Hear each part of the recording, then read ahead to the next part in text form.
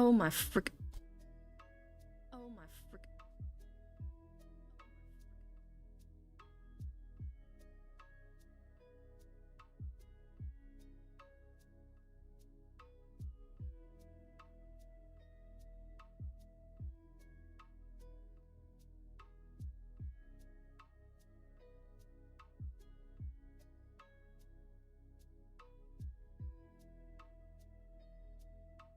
I cannot believe the one thing I can't believe the one thing that I told myself to do. I forgot to do, which was unmute my mic. I'm like, okay, I gotta remember to unmute my mic. Oh my god. But yes, I got the plugin working. Quit jumping on my computer! Get down, kitten! Quit sneaking at me! Get down!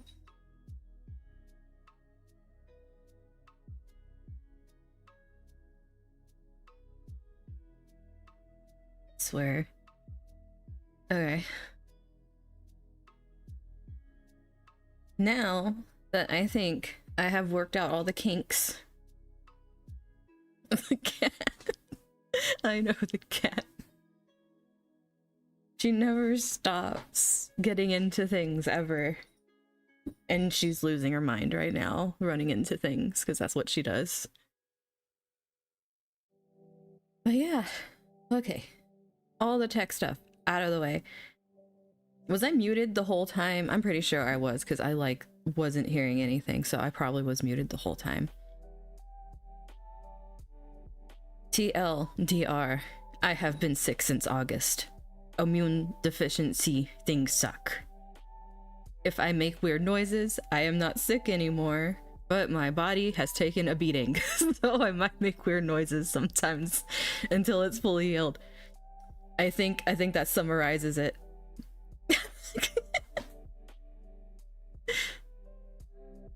So if someone tells you they got a immune deficiency problem and don't get them sick, please listen. The person that got me sick didn't mean to, obviously. Fun! How you doing? I got some like new setup stuff. And we can talk a whole bunch of astrology stuff too. But yeah, I have it to where it can like, you know, has all the, obviously, I've been sick so long. I've been sick for like over half a year. But I've been sick so long that a lot of rules have changed. And in the time that rules have changed, from everything that I've looked up, it said that we're allowed to like multi-stream. So like I found plugins and stuff that, to where I can multi-stream to Twitch and YouTube. So the thing is, I'm trying to change the name because my other YouTube that I'm using to like stream to for like Astro stuff doesn't have my Desi Starlight name on it, and I'm trying to fix it, and it's like being annoying. I don't know how long I have to wait. But yeah, obviously a lot of stuff has changed since I fell off the face of the earth. Yeah. I mean, it's a lot, after not streaming for a while to come back and just, like, set up and stuff.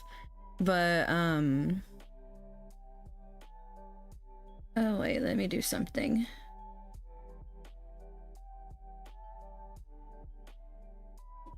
There. Just so that's not happening.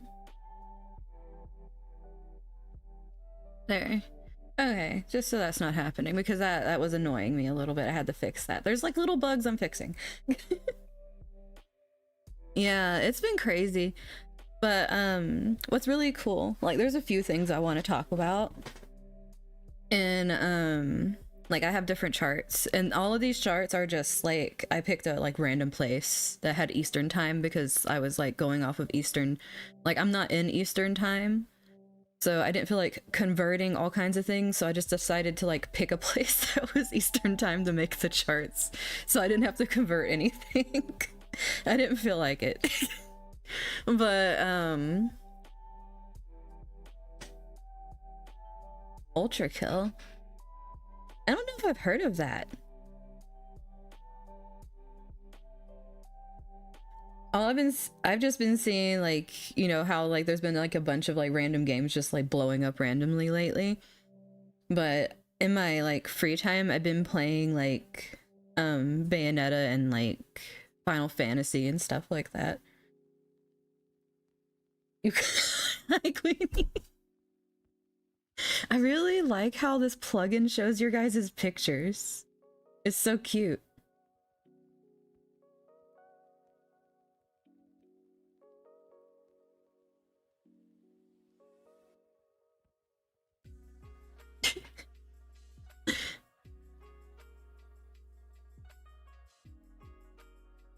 Yeah, that's what I'm saying. Like okay, look, I know I've been gone a long time, right? In the time I've been gone, a lot of like rules and stuff have been like lifted in different like platforms, and all kinds of stuff is changing. So basically I just came back and learned I can do a bunch of stuff. So I've been like figuring out how to get the plugins. So like it can multi-stream, so that's what it's doing now. Like I figured it out. At the beginning of the stream, I had nothing but technical issues. Because I realized the chat wasn't going and I had to fix it for both of them because it wasn't doing it. And then also I realized I had muted myself even though I told myself to unmute myself. So that was beautiful.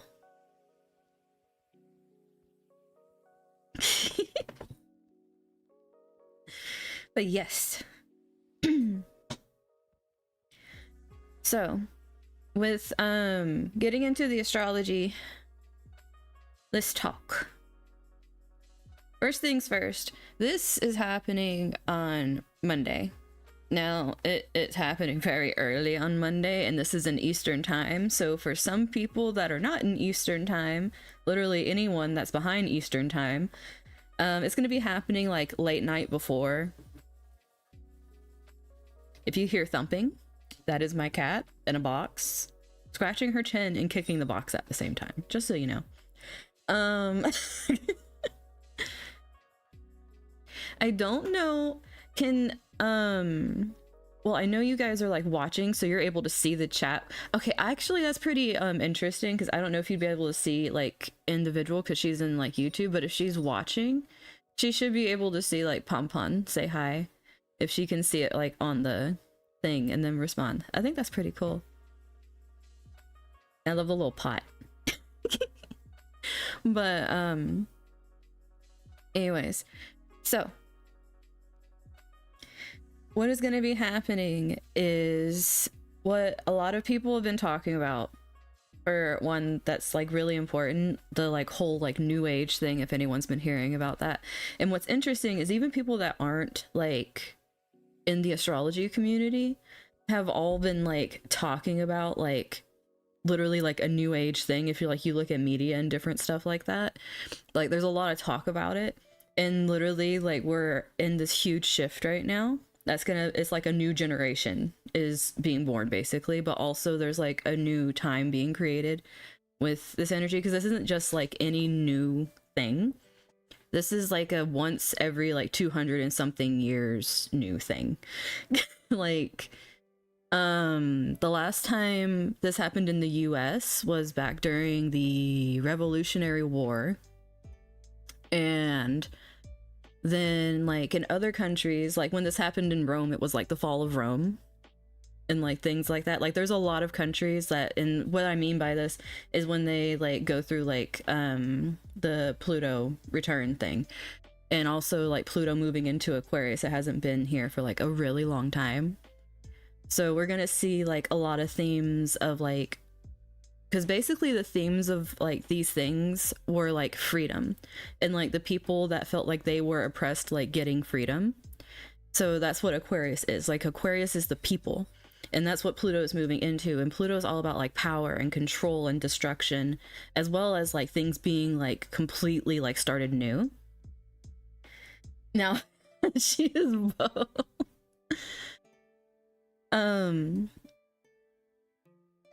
Oh my gosh, my kitty keeps scaring me.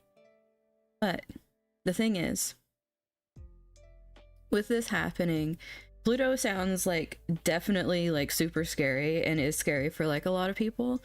But the thing to remember is what Pluto wants is change. The last thing it wants is for you to like say you're having a pity party and just live the rest of your life in that pity party. It's like here to like kick you like on your ass and be like, get up, come on, you can do it, like kind of thing. But it's not gonna hold your hand. Like there's other energies that are like gonna hold your hand, like, you know, more like Jupiter or Venus or something. They're a little nicer. Pluto, Saturn, not so much. They're more the tough love, like you got this and you need to get up and do it. But that is why for a lot of us, depending on what we're doing and what's happening in our charts, it's gonna be making us enter a new phase of life that is just over like the course of the next like few years. We're gonna change dramatically, and then after, because the thing is, this Pluto transit is gonna last about 20 years, but the thing is, in order to change, there's gonna be a lot of change happening in each of those years to make you a different person at the end, especially with how like there's literally a pile up at the very start of this that all goes conjunct Pluto and just like slams into it throughout this whole month, which is why a lot of astrologers are like, hey, this month is gonna be freaking crazy, something is happening this month, because this doesn't happen. all of this doesn't happen. It doesn't just go like slam slam slam. It just keeps like slamming things over and over again, like it's trying to drive a point across. If it wasn't, because the thing is, each planet is something different. It's like the sun is like expression, and like our egos, our hearts, like, you know, the things that like light us up and stuff like that. But it's like, you know, well, obviously whatever that was didn't make sense. And then it's like we're gonna get Mercury, which is our communication. It's like short-term travel. It's also the skills and the way that like we write, and like even music and things like that. So there could be things that happen with music that start coming out that are more like, maybe some artists start releasing music about things that are like talking about things that are oppressed and stuff. Who knows? But it's like each thing is gonna go through a phase. Mars is scary because Mars is war. Mars is not fun. It makes you go, and when Pluto is destruction and stuff, some people are kind of iffy about that happening this month, because that happens later this month too.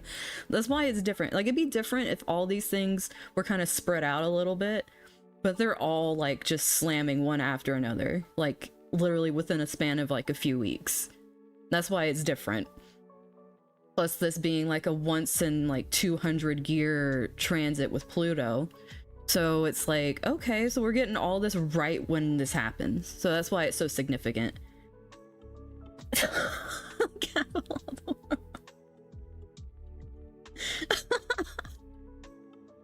See, the positive thinking. But it is gonna be pretty crazy with all this stuff. And the thing is, like, I have charts for each of them. This is the chart just for Mercury. Like, this is like for like I was saying, Monday, like really freaking early Monday morning, or like really late Sunday night. I'm like sitting here trying to think like, what's before Monday? Brain wasn't working. But anyways, so this is the chart for that time. So this already is, you know, some things are good, some things are good going into this. This is like, just think of this as the energy for next, like starting next week. This is what we're going into next week feeling like. So let's just keep this in mind. Now, if you have your chart, you can actually look for the sign in your chart, like look for the little glyph on the outside of the things that I'm talking about, and you can kind of see where this stuff is going to be happening for you, like what houses. So it's like kind of how you can follow along with your own thing too. Marry the mermaids. I mean, Saturn is in Pisces, so is Neptune.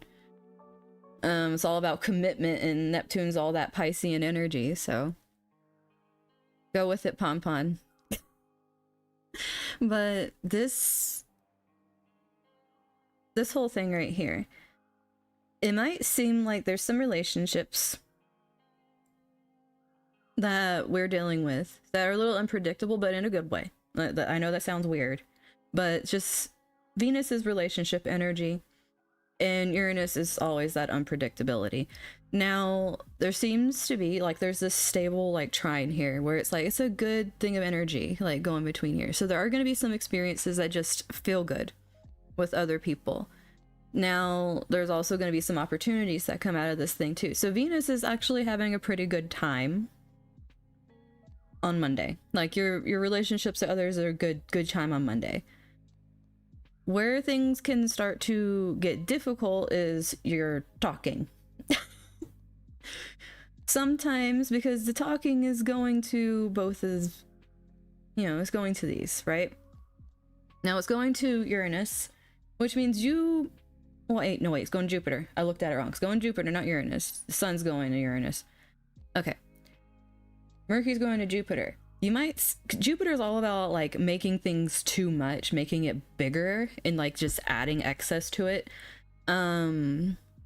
You might come into trouble if you're like having a hard time controlling your mouth.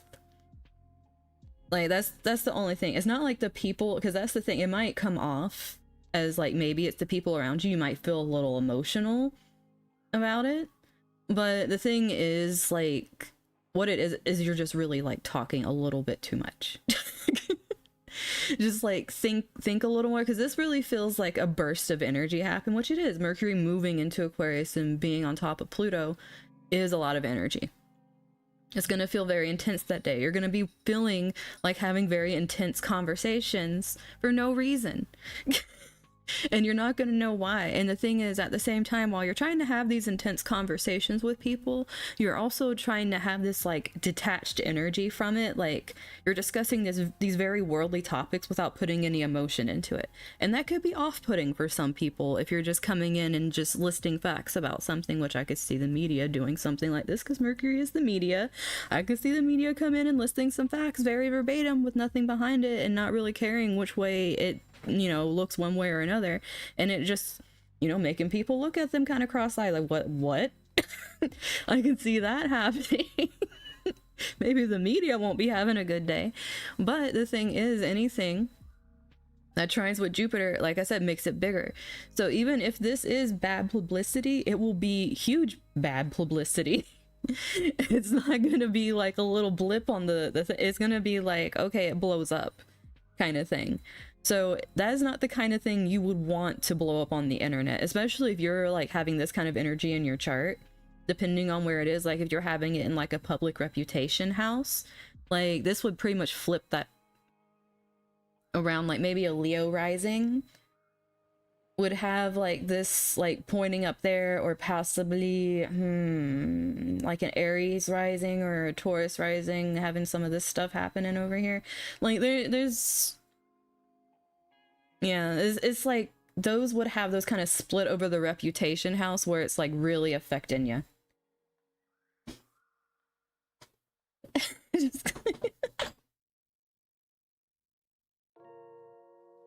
But I could really see that kind of thing really blowing up. The only thing that really smooths it over is maybe whatever blows up, whoever blows up, they have connections that can smooth things over and be like, you know, the ones that like help like soften the blow of like, you know, what they should have kept their mouth shut about. This could also be another interesting way this could be looked at.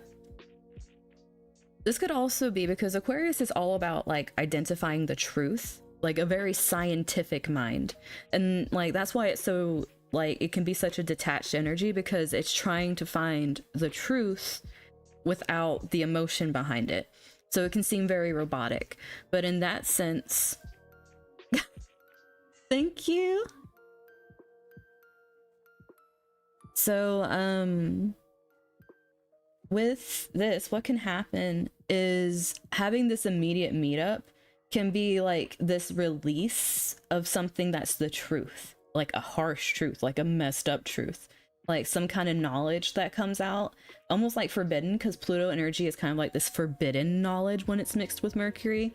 So it's like this could easily be something in the media like gets released that is not good. Like it's not good that it like got out, and since it's having this square to Jupiter, they are not going to have a good time keeping it quiet.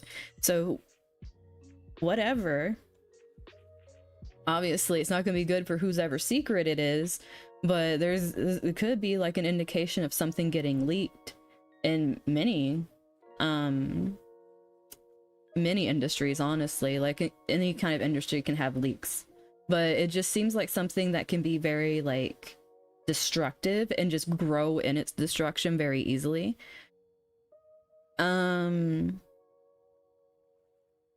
But like I said, that's why I had that feeling like there is some kind of connections that can come through and kind of either swing things around, cover things up. Like that's the whole thing right there. There's always going to be, because this right here, the whole thing that's happening is kind of like a paradigm shift kind of thing, where things are moving into this energy. So a lot of these planets that are kind of left over in this like leftover Capricorn energy, where Pluto's been for like 20 years, where all these cover-ups have happened, it's like they're striking critical points where things are like coming out that weren't talked about. And then it's like everyone's gonna think they got hushed, right? Things got quieted down. And in reality, like Pluto's doing this thing where it's gonna be reverting back into Capricorn come September for a couple months.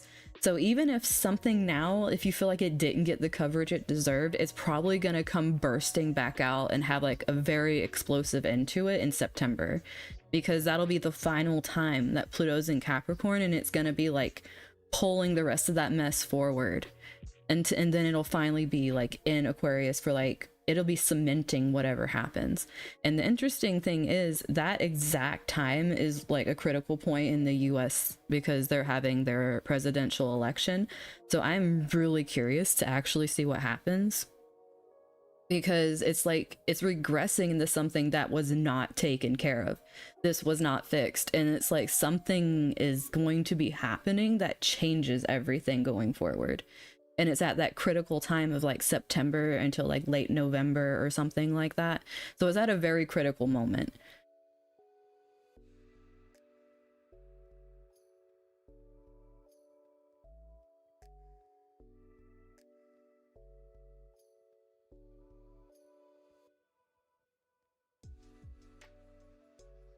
Yeah, a lot of I don't know why I didn't see that before, my brain, but I'm getting used to this plugin, so it looks different reading chats the way they make me do it.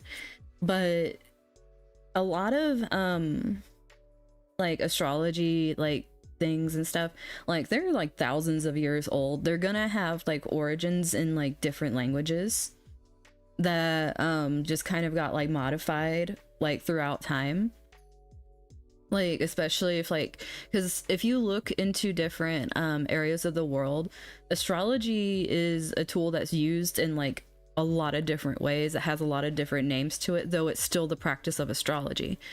And it's like, it's really interesting because the way I'm doing it is like, it would be called like, I'm doing like modern Western like tropical astrology using the Placidus house system is how I like read mine.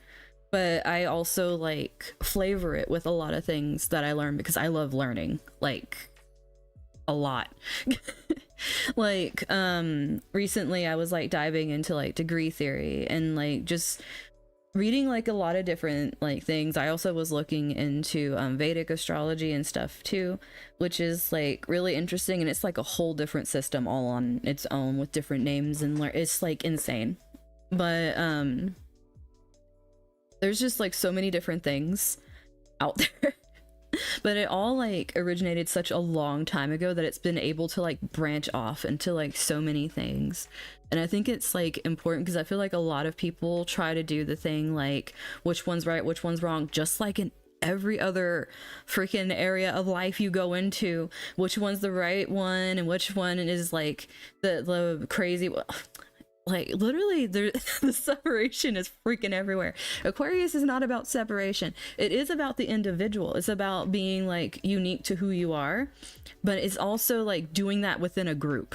Like there's so much like, I feel like that is like Capricorn energy though, being like the best of like what you are and like being set apart. Like Capricorn energy is very like a lot more lonely, even though like Aquarius is like detached, it's because it's looking at it from like a bigger like perspective, as opposed to like how like Leo, the opposite sign, the opposite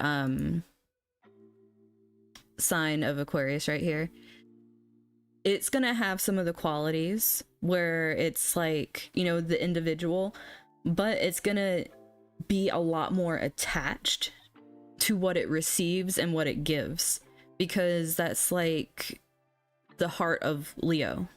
Whereas Aquarius is like they're about like the people and everything, but being able to be themselves and be detached and still be a part of a group and participate as like themselves, kind of thing. Like both are important in a sense, because we do need to have pride and recognition for like the hard work we do, but we also need to learn to not like base our own self-worth off of those things.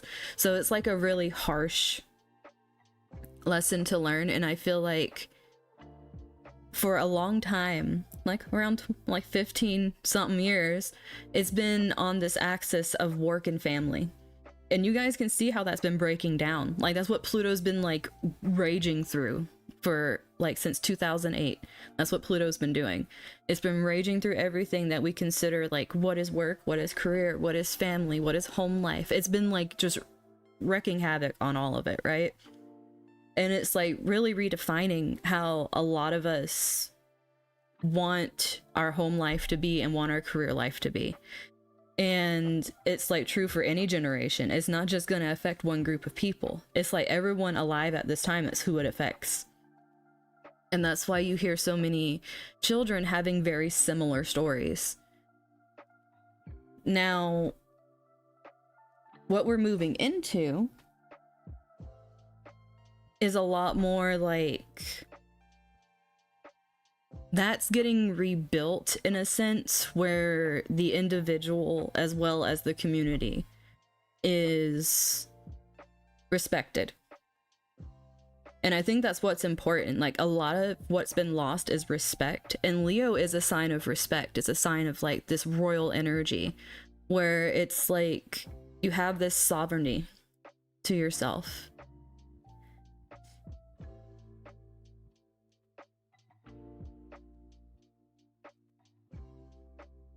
Oh, hi, Bay. This stupid plugin. I swear, I'm over here like wondering. I'm like, okay, I looked on my live and I'm like, okay, why am I seeing extra things and not seeing stuff? And it stopped like auto scrolling and I couldn't see anything anyone was typing.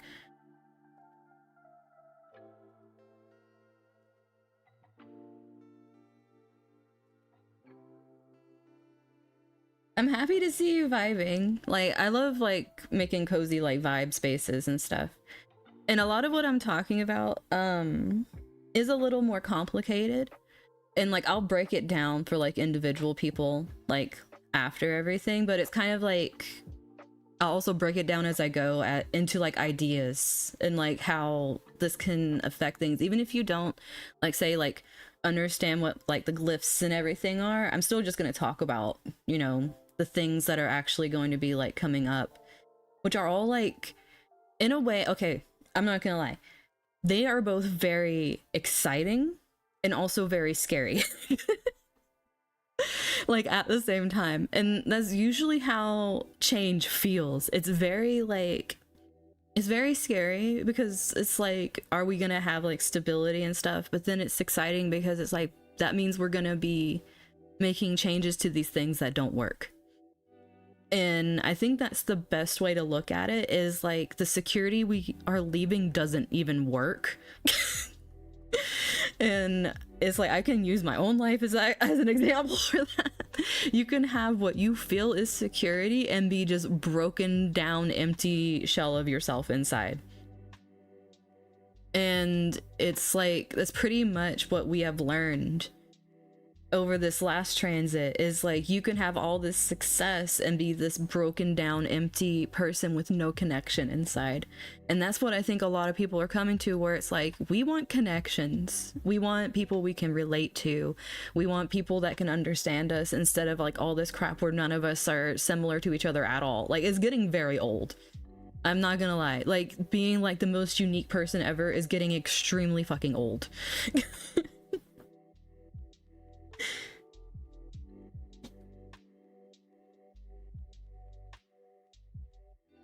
Yeah, and that's the whole thing too. See, Pon, you have like a really how can I put this? You have the perfect perspective for someone like going into all this stuff. Because what a lot of people don't understand is like you can have different views, like whether it's like religion and like whatever, right? Or like whatever you use to help you get through life or whatever. But the thing is, when you become closed off and like high and mighty of like your thing is the thing and no one else's thing is a thing, they're still making it through their lives. It does not like invalidate someone else's experience just because your experience is different. Like just because like this has helped me and like it's always been a part of me, have grown with me, doesn't mean it's the same for somebody else. So if someone's like, well, I don't believe in that, but this is what helps me, it's like it's literally the same thing. And that's what I'm saying. There's so much freaking like fighting over people having things different when literally all of it has like this nuance of being the same that we can agree on and actually like make change with. And that's what we need to be doing. It's like, yeah, I might not understand your point of view, but I can see where you're trying to go with this and how it's helping you. So I'm not going to sit here and put you down for it. Like whatever you're using to do that to like help you be the best you can be, that's what's important. The intention is what's important. And I feel like a lot of people have collective intentions that they're carrying out differently. I need to learn more.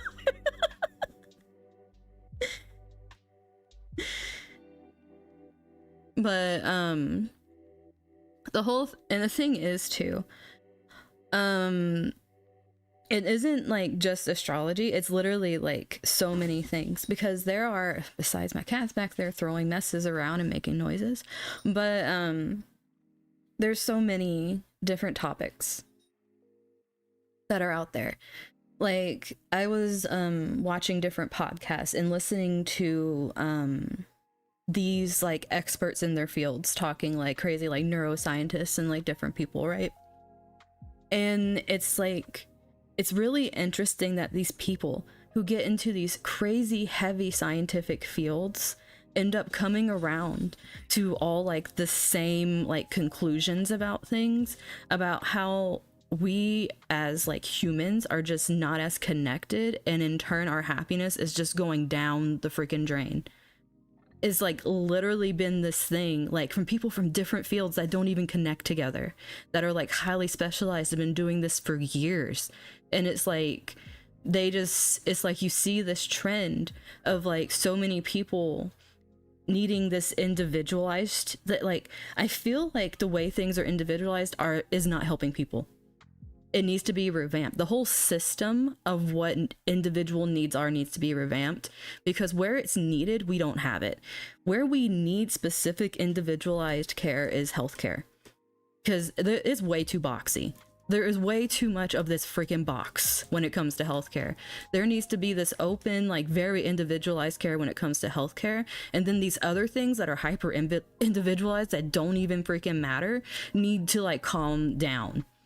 Like there needs to be like some sense poured into things. Like people need to, and that's what I think the Aquarius energy is like literally detaching our emotions from these topics and being like, what is going to help us as a whole?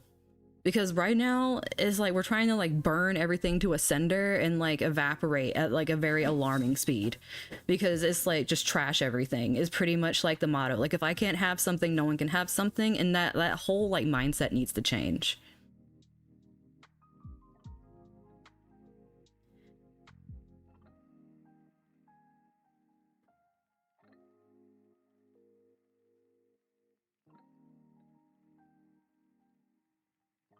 It's a lot of text. But sorry, it's like I was reading and there's like that's a lot of text. Yeah, exactly. And it's like that whole energy, okay, look, that energy was used to get us somewhere. As we all know, there was always too much of a certain thing is a bad thing. Like it never, I don't know anything. Like you could sit here and be like, money. It's like, have you seen people that have too much money? Like it's like there needs to be a balance of something. If you have an excess of something, you need to have an excess of something else to balance it out. And then in that sense, it's not really excess because you know how to like work with it. But if you don't know what you're it's like, I really feel with the Capricorn energy, it's like we were all driven into the ground and pummeled with what work ethic was. And now we're all realizing if we keep up this kind of like exceedingly horrible work ethic, we're not going to live longer than grandparents that came before us. Because look at the freaking, that's what I'm saying with health.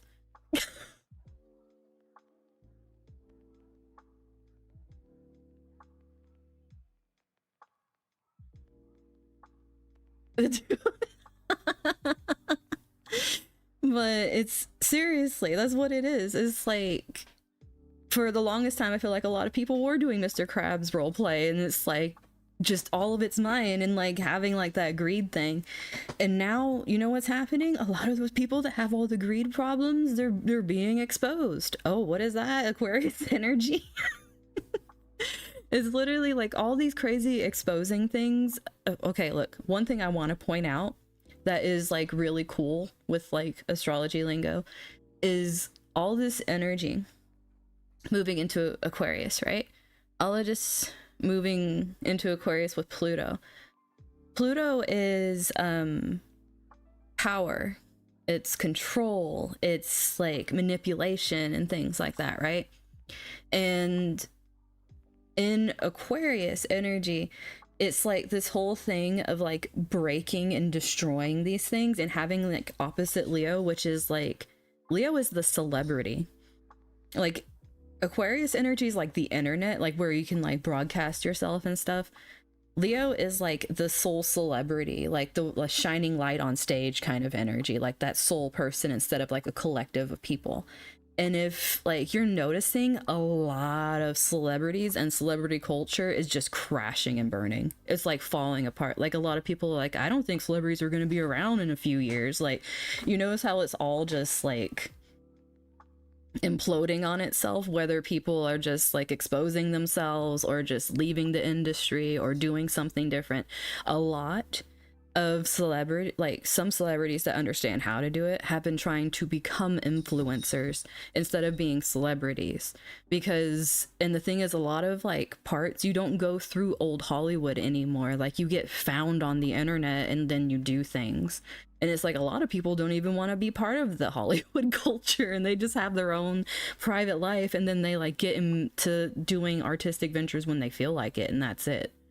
It's like, it's really changing, like that whole thing. And that's literally like the energy of those two signs, and how the power is shifting into more the collective person, as opposed, and like, you know, the crowd of people, like where the crowd is going, as opposed to one person just having this starlit kind of thing, if that makes sense.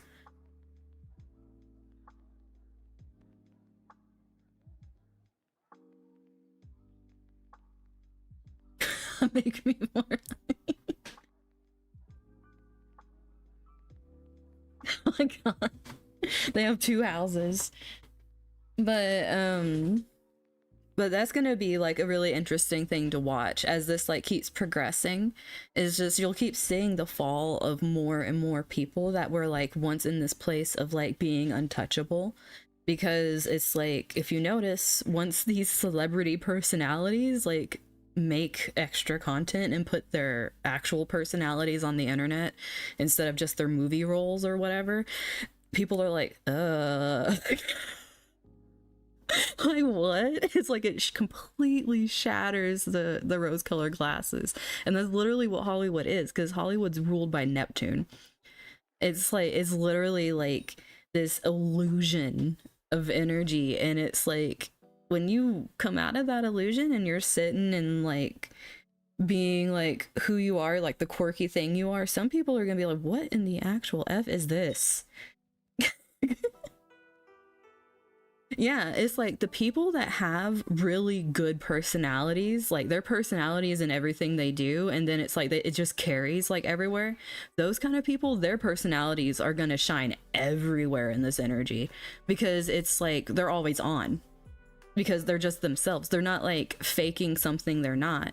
Like a lot of people are going to want to fall in love with who someone is and then see them succeed at something, because it's going to be like, we're succeeding as a group. It's going to be more the energy as opposed to like, oh, just watching that one lone person and obsessing over them from like way far off. But one thing to be careful though, Pluto also rules obsession. So having this energy in the mix with this can also mean that people's obsessions change, which, you know, obviously is that shift of power, and it goes to like the people in these influencing circles, which is why a lot of these people and the celebrity just continues to fall, because that's where the influence is going, is into more these nooks of like content creators and people who have like these customized communities. Sponsors and people are going to stop putting ads on television because it's like, who the heck is watching this? And they're going to be going more to creators and being like, I know your people specifically will buy this because they love you. And that's literally how sponsoring is going to be going future. Like, just think about it. Like, people are probably feeling they're wasting money with ads on like services, especially when people skip them and shit. They're gonna want to put it somewhere where it's like, hey, your fans love you and they'll buy it because they're supporting you, is gonna be like the new thing.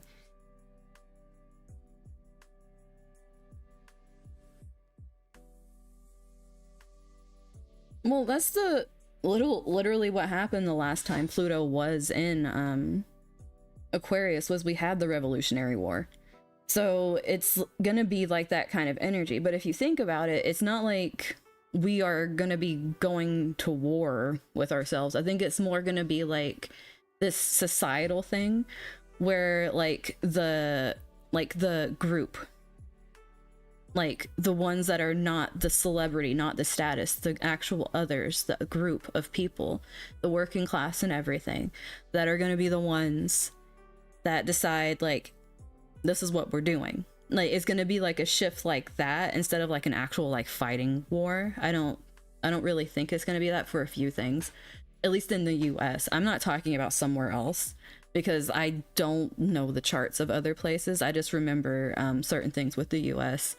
Like within, like internally in the US, I think it's gonna be more of like this huge like shift of where we decide to consume and who we decide to support and like things like that.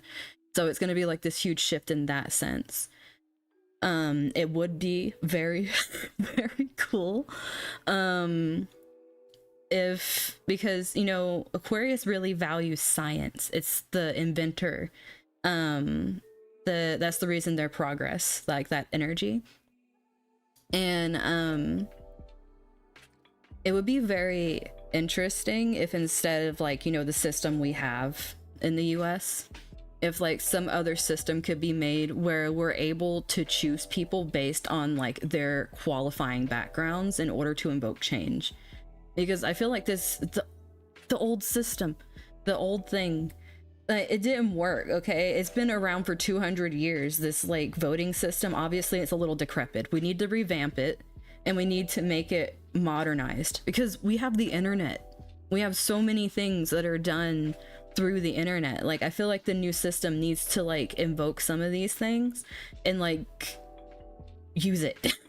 Because it's just a waste, because this isn't gonna work. Obviously we're seeing how bad it's failing. It's like all we can do is get extremely old people in office. Like, do we really want to keep getting extremely old people in office? I mean, I'm pretty sure most people, even older people, are like, dude, this is embarrassing. It's like, is no one else wanting to run our country? Where the hell is everybody? And I don't think it's literally because people don't want to run it. I think it's literally because people that are sane are like, I don't want to have to deal with these people. It's literally like an old group of like, if you think about it, it's like the high school mean girls is literally what the political system is. They don't want no one new in their group.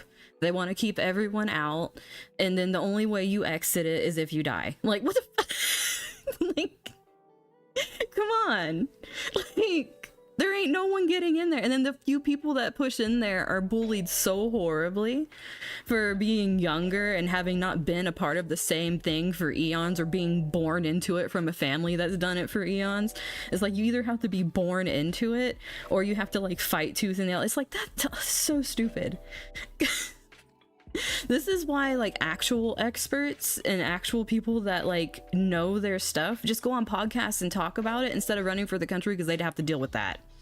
It's literally the problem. It's I mean, think about it. This is literally it. But if there was some way, because with how, you know, widespread, like, let's see if I can,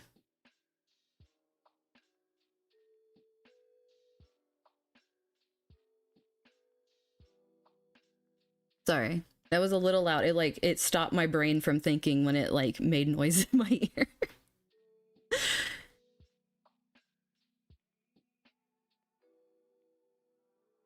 The list in the corner?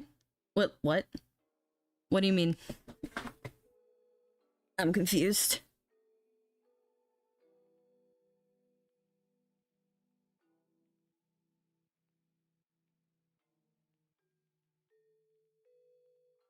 Well, that's the whole thing too. Like, why? Like, okay, look, campaigns used to be a thing because there wasn't internet. You had to run around the country and get people to like you. There was no other way for people to know who the fuck you were. We don't need campaigns.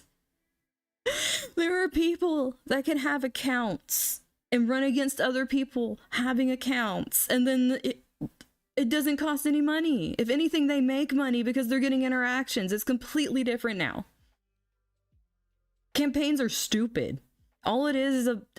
Oh my god, if anything, campaigns need to go, honestly, because all they are is literally the high school shit I was telling you about, where they're just slandering the living hell out of each other into the mud, to where you're picking, like, well, who is the less horrible choice? That should not be who we're picking. We shouldn't be trying to be like, oh, this will hurt a little less. Like, that should not be what we're doing here. It's a freaking country. You're not like trying to like manage a retail store. Like, what the fuck? Oh my god. It's so stupid. Oh yeah, I do readings too. Like this, like all this stuff. Like I do personal astrology and personal tarot, as well as I can do live stuff too, if you want to do it. Because some people, is you have to realize all the stuff I'm talking about is very broad. When I talk like personal and do a personal person's chart, their personal shit comes out. So it's like, it's more of like what you're comfortable with being like talked about publicly. If anything, you can always say like, can we pause instead of, or like, can we like change topics or something if it's like too much and it's like a live thing, and I'll respect that. But that can happen. Because I've definitely had a lot of people cry, whether live or private. It just happens. I don't like doing the surface level crap. I feel like the only way to really make change is for people to address the deep dark shit and like work through it and become better people. See what it says about me. But that is it's pretty much like what I think about in my free time. This is what my brain does in free time, besides like, you know, learning like different things from people that have actually been doing it a long time, as opposed to like people that are just saying stuff about it. That's what I find interesting, is actually learning stuff from people that have conducted years of freaking studies on it, and it's like their life's work, as opposed to like people that just have a very emotional opinion.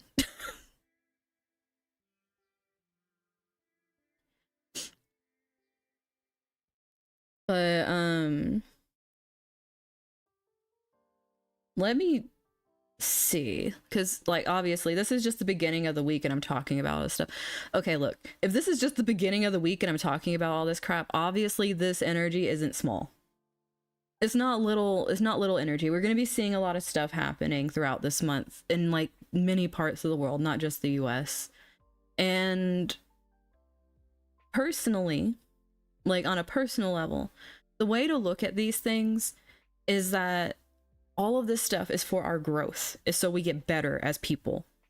It's like the second you feel like you can't learn anything anymore is when you're done.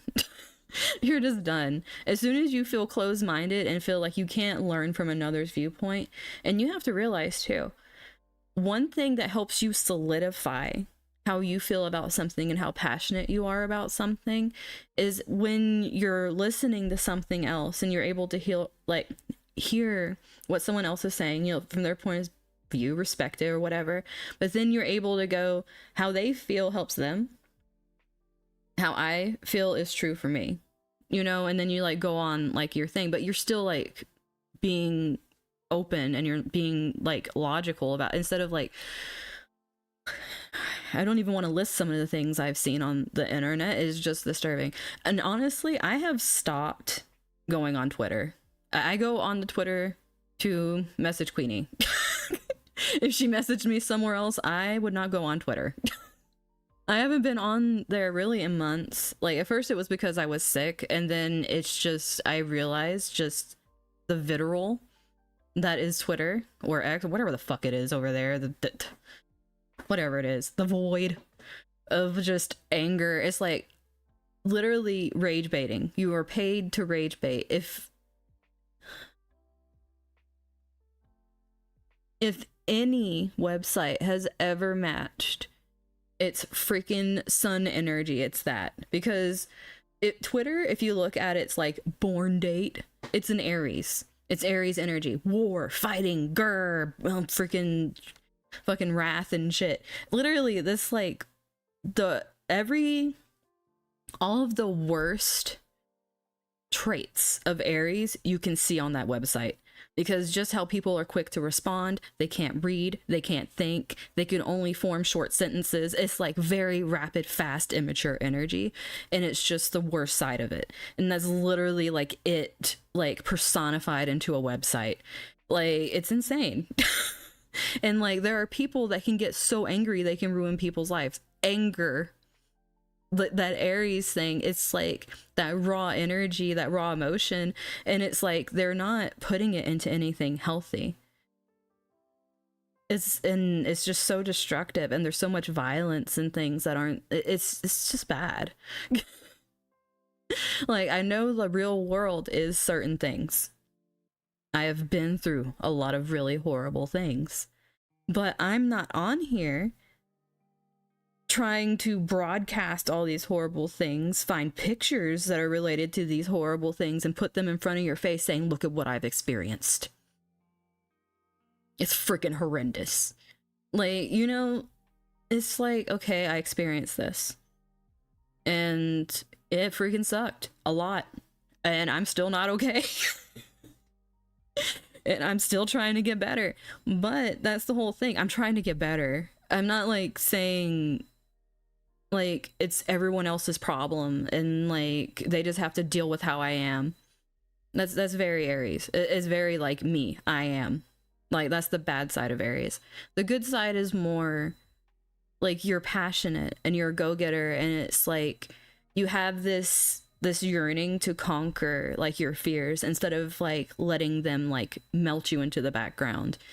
And it's like being able to stand up and protect those you care about, and like being brave in those instances, and like standing up for what you believe in, like that ambition. So it's like there are very good sides to Aries energy, and just none of it's over there.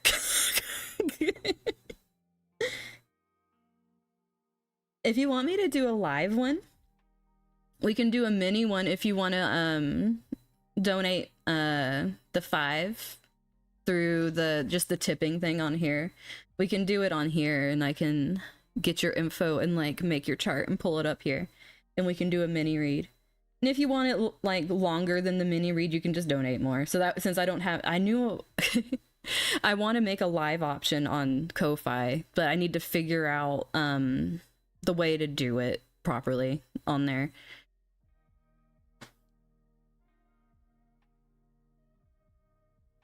So the only thing I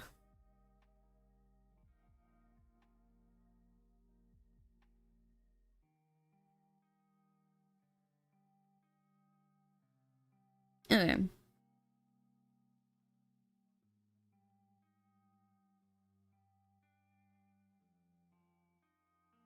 Let me get.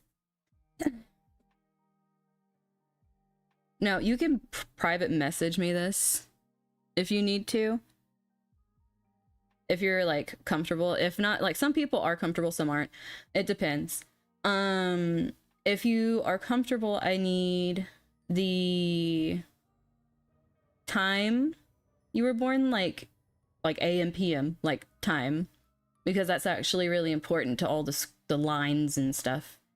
The date and the year, and then your place of birth, like the city, state, or like city, province, or whatever, because like all that like makes that crazy looking chart thing. So would you rather are you comfortable here, or do you need to private message?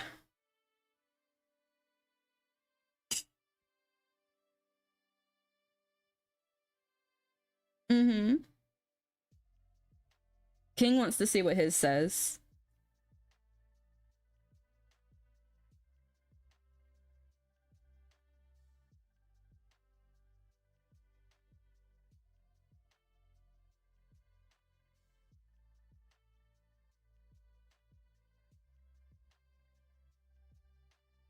Okay.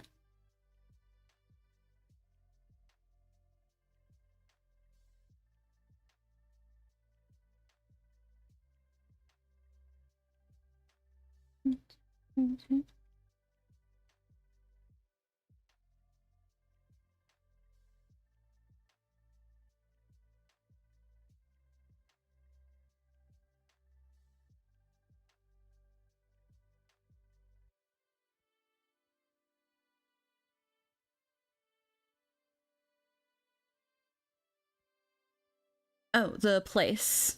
Like either the city, state, or the like province, town kind of thing, because like it actually does like a locator math thing.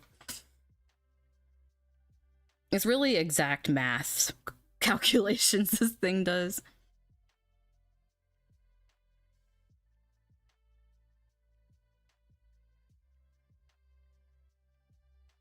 Time to cook. Cooking's good. I've been cooking again, so I'm happy.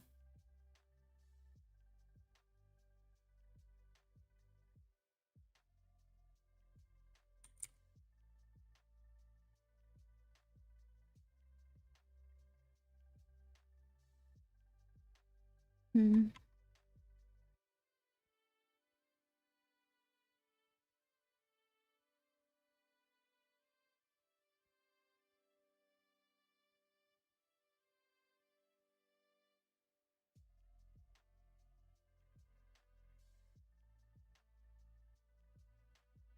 I'm trying to make it pop up on here.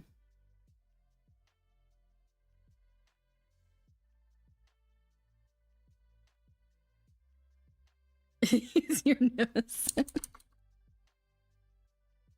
Do you have maybe like, I'm trying to make it pull it up, and sometimes if there's like a better known like city or capital like really close to where you were born, it picks that up better, because sometimes I just don't have everything listed in here. Do you have something that's like really close?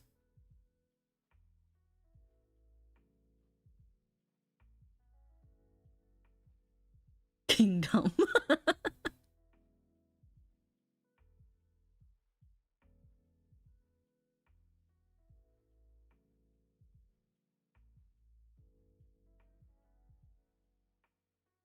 Don't mind me.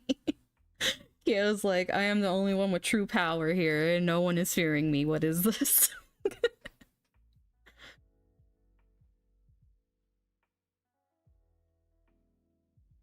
Yeah, sometimes because it works off of latitude and longitude, and sometimes because there's like so many places, they just include places that are closer, that are a little larger in the latitude in the system.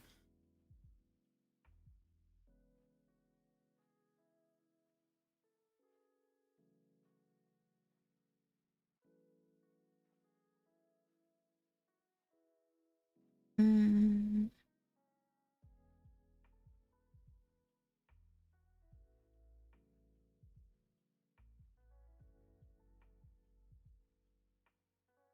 For safety reasons.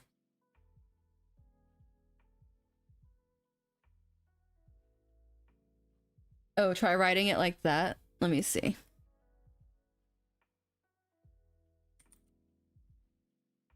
Yeah. Yep, that's it. That's what it is. It came up right away.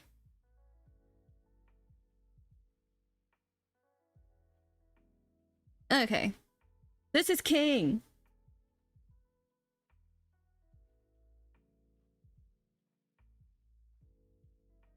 It's a wild place.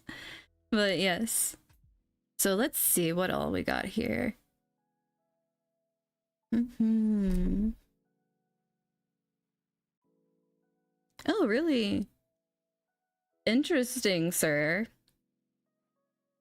So, okay, first thing I want to say, like, you know how I've been talking about Pluto and how it's changing stuff, right? Well, right now, it's in your 8th house. Now, that could mean a lot of things have happened to you over the course of maybe the last few years that were not pretty. Because the 8th house can be very heavy topics.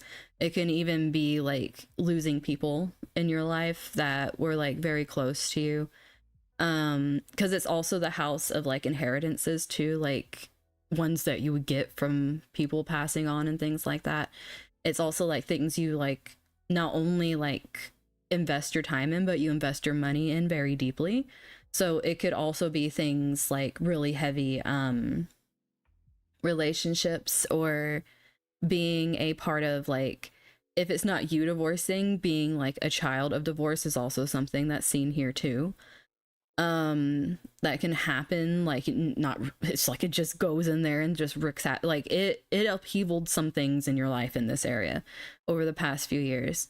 And also the thing with this house is it's also these more taboo things like sex and the occult and like darker psychological things, crime, things like that.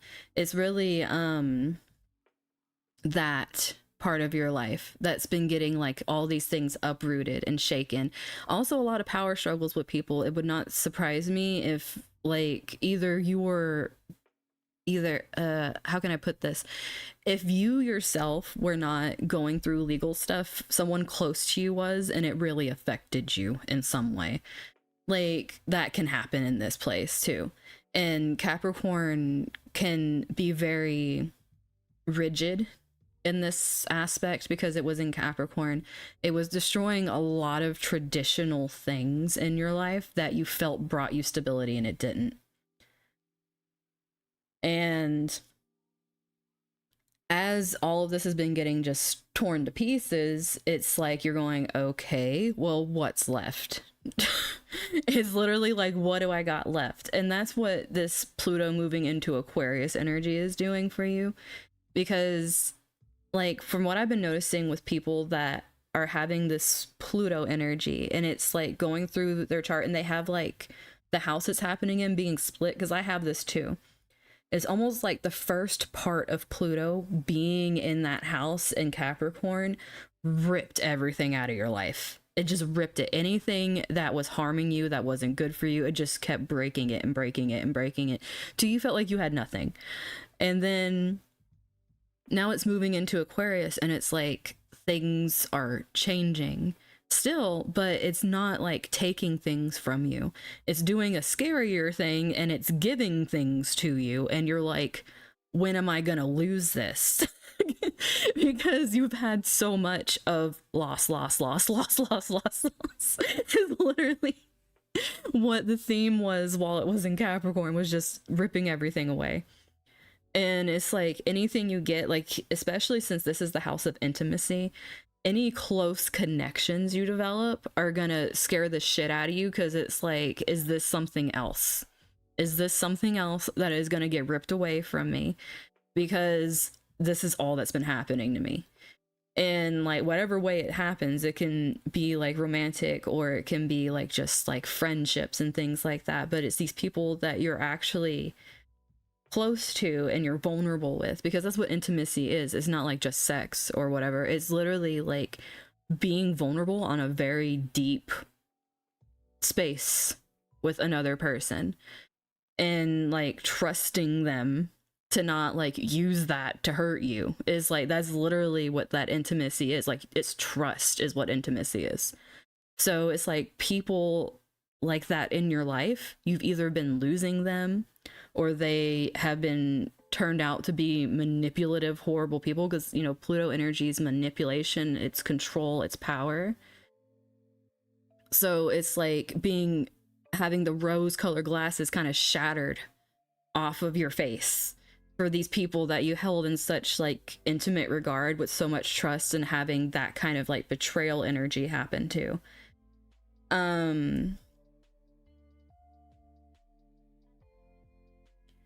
Yeah, see, that's what I mean.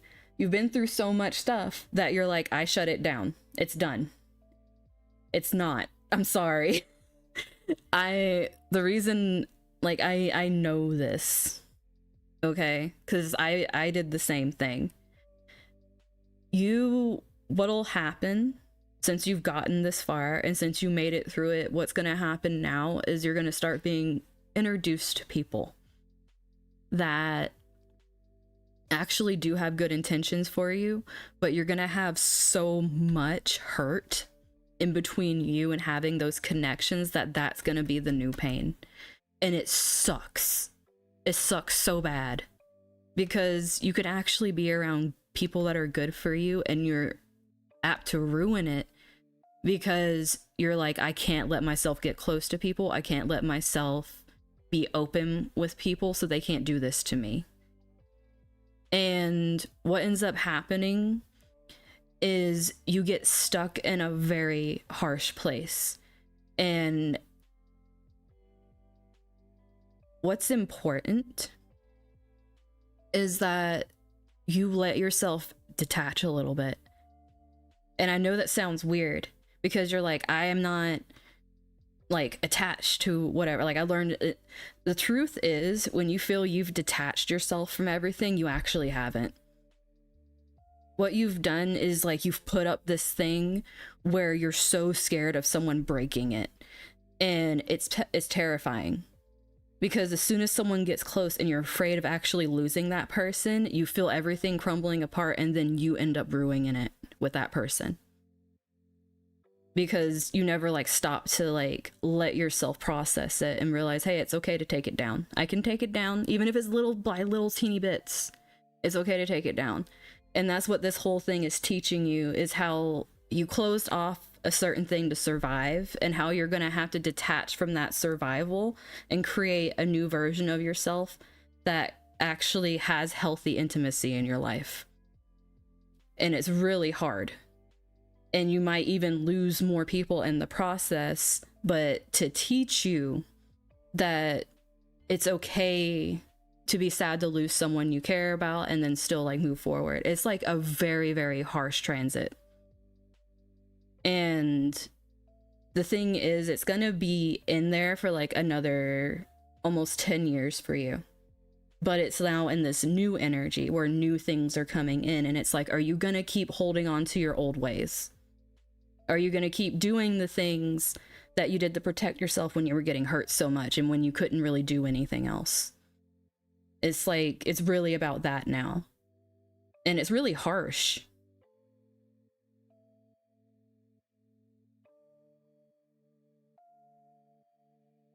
The thing is, though, when you are...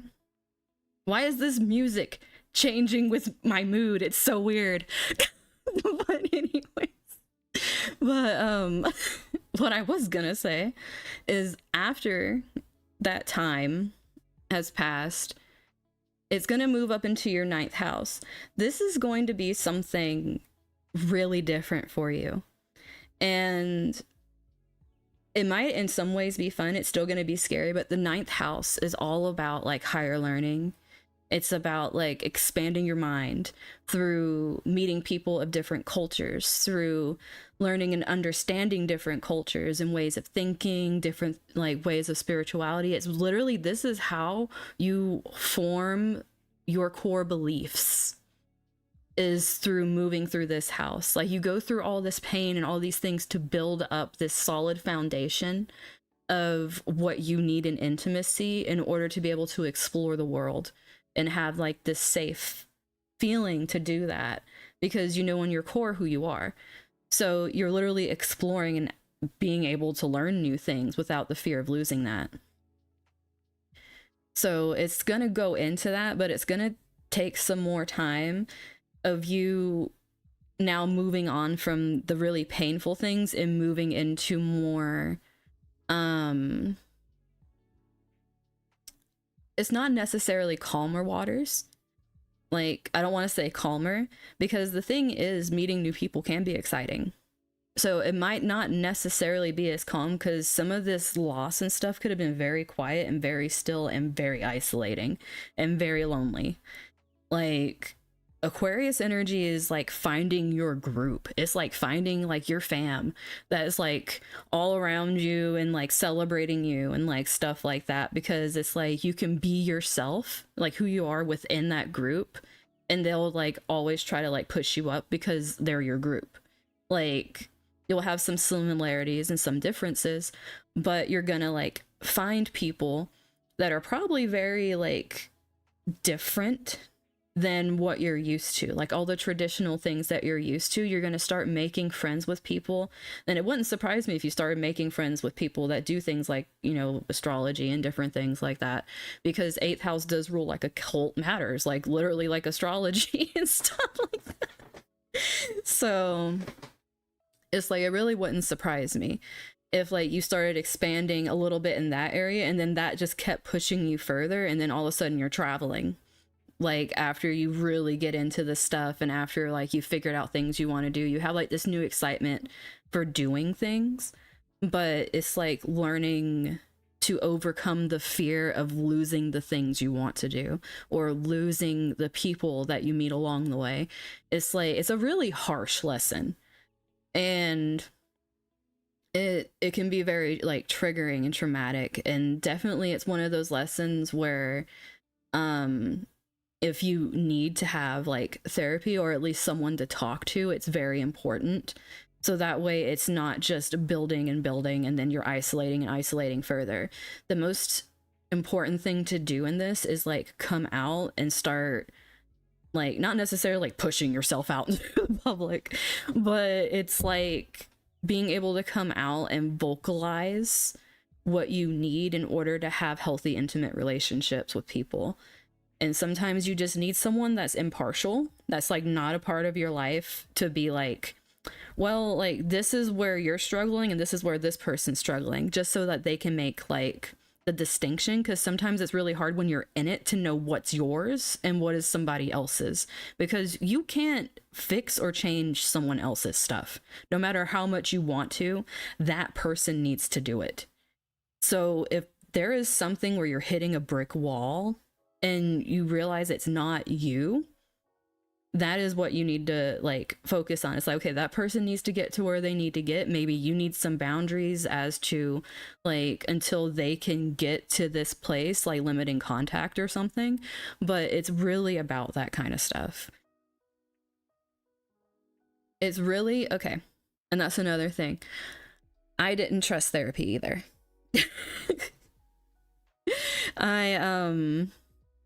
Growing up, I had a really screwed up life, and one of the things was my mom hated health professionals. So I had this chip on my shoulder because of a lot of the things I went through about not doing it, until I finally did go and try to do it to help me work through a lot of that stuff in childhood. And the thing was, I was in a horrible environment while I was going to therapy, but I was trying to address the environment I wasn't in anymore, thinking that the one I was in was better. That therapist tried to help me so much. I loved her. She was amazing. I told her stuff about my life, and she would straight up cuss and be like, fuck. Oh my god. Like, I loved her. And it's like, she would tell me things like, you need to write books, or at least be a stand-up comedian. Like, I guess, like, because I would have her laughing at the most horrific stuff because of the way I would deliver it. And she was just, like, beside herself, like, I should not be laughing about this. This is horrible. And it's like, the place I was in, I had an ex, and he went in there with me. And she was telling him things about himself, and he did not like it, and he stormed out of there. And I still stayed for a while after that, even though I should have listened to her. She was so freaking smart. But, you know, I'm stubborn, and I learn very, very hard lessons. I'm very fucking stubborn. And yes, me and you are gonna have some pretty similar things, because I'm a moon in Virgo also. Like this right here, I'm also a moon in Virgo. This is Virgo. It leaves us having a lot of the same mother wound type things.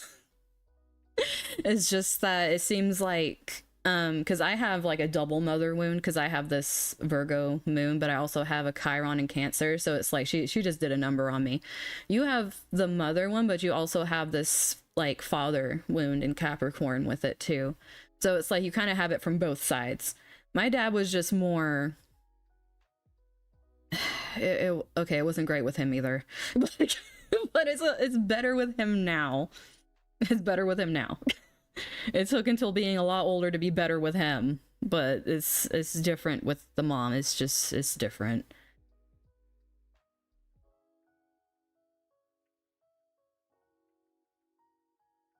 Yeah. Sometimes the only way, and I feel like sadly for like a lot of places, it's like so like looked down on, and like the fact that you do it, it's like you can't like air family secrets, because that's like another thing, like don't tell them what's going on in the family and like all that kind of stuff, right? And it's like, it's because the things that are going on are bad. It's because they're not good. They shouldn't be happening. That's why you don't want people talking about it. That's the difference. But what I feel will happen is you'll get introduced to more people. And that's another thing too. Astrology can be an amazing tool for helping give yourself therapy if you cannot see a therapist. And like, the reason I say this is because you can see your psychological makeup in your chart, and you can also look at transits. Like, say you usually are a lot calmer, but for days you have been wired, you've been irritable, you've been angry, you cannot sleep. What the living hell is happening? Like, you literally, if you were to pull something up, you could see like maybe something squaring your moon is causing all this tension and frustration, and like maybe it's Mercury squaring your freaking moon, and it's like your mind won't shut off, and like your emotions are intertwined with your mind, and you're feeling frustrated and angry, and you can't freaking sleep, and it's just like, you know, things like that. It's sometimes it helps to like like it does help you detach. Like, it gives you that thing a therapist would, where you can look at it and be like, oh, this is happening, and kind of like pull yourself out of the situation and go, okay, what would I rather be doing? Like, what can I use this for instead of like letting it like rule me and me feel like a complete like freaking raging like bull like storming around my house or something, like, you know, that kind of thing. A lot of people do not have self-awareness at all. So they are raging bulls, and they will always be raging bulls. And that's also a lesson that some of us need to learn, sadly, that really freaking sucks, is that some people just refuse and flat out are incapable of changing. And those people serve a purpose of showing us why we want to change. There's always a reason that these people are around. So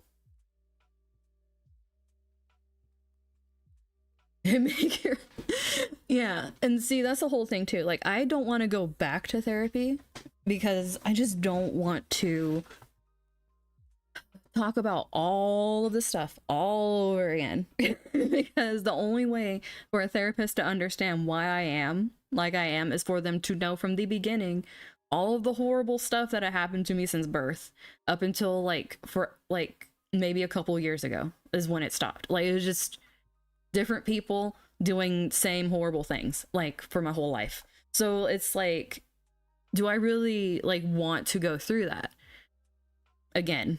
Like, it was one thing when I was just saying like my childhood when I was in a different place, but now I have to do my childhood in another like decade of something. Like, no. I don't feel like it. I might feel differently later, but I do not feel like it right now. And I know where I am. And since I know this, a lot of times what I do is, since I do know astrology, I'll deep dive into different things. And those deep dives deal a lot more with like the psychological things and like processing things and like the best ways to process things and like why it might be difficult for somebody else. I literally found out by accident that something that I have really contributes to me being a complete klutz and danger prone. And why is this music so loud? Holy crap.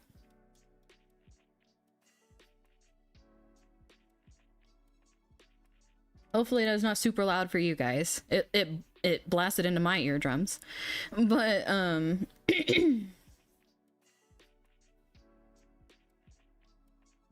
like, I literally found out I have this, like, you know how these like red lines right here? I literally found out I have a red line that goes between two things that literally are Mars and Uranus, which Mars, like I told you guys, is like that aggression, anger, it's vitality. It's your vitality, your life force. And it's like squaring Uranus, which is doing a bunch of mean stuff in my 6th house. And your 6th house is your health house. That one aspect, every time it gets activated by a transit, has been doing some crazy crap to my health. That's why I have so many rare genetic things. It's just like cool. But also it makes me very accident prone, to where I'm always getting cut, to where I'm always falling, to where I'm almost getting concussions. It's like, it's not just the crazy health disorders I have with like my immune system and crap, but it's literally like being severely accident prone too. So I'm just like danger, like walking danger sign. But I still also always survive. So,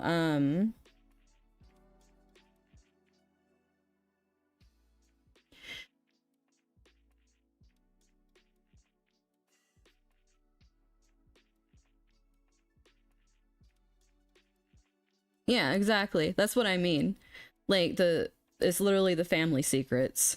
And that's why, I didn't feel comfortable going to therapy until I was like away from them for a while. Like, I was actually away from family for like a good number of years before I even thought of going to therapy. And then it took me a while to like talk about that stuff in there. And like, one thing you can't really fault yourself for, and this is like a really tough lesson to learn, is like, you can't really fault yourself for not having everything you need in the moment of crisis. I mean, you just can't, because you're not gonna know the freaking crisis is happening. And also, when like you're in survival mode, you're not in healing mode. You're not going to be able to heal through your traumas when you're just trying to survive day to day and things aren't alleviated enough. Like, for me, it was so bad that when I finally got to this other place and I had financial security, that was what I needed to be able to get, because I never had financial security before. But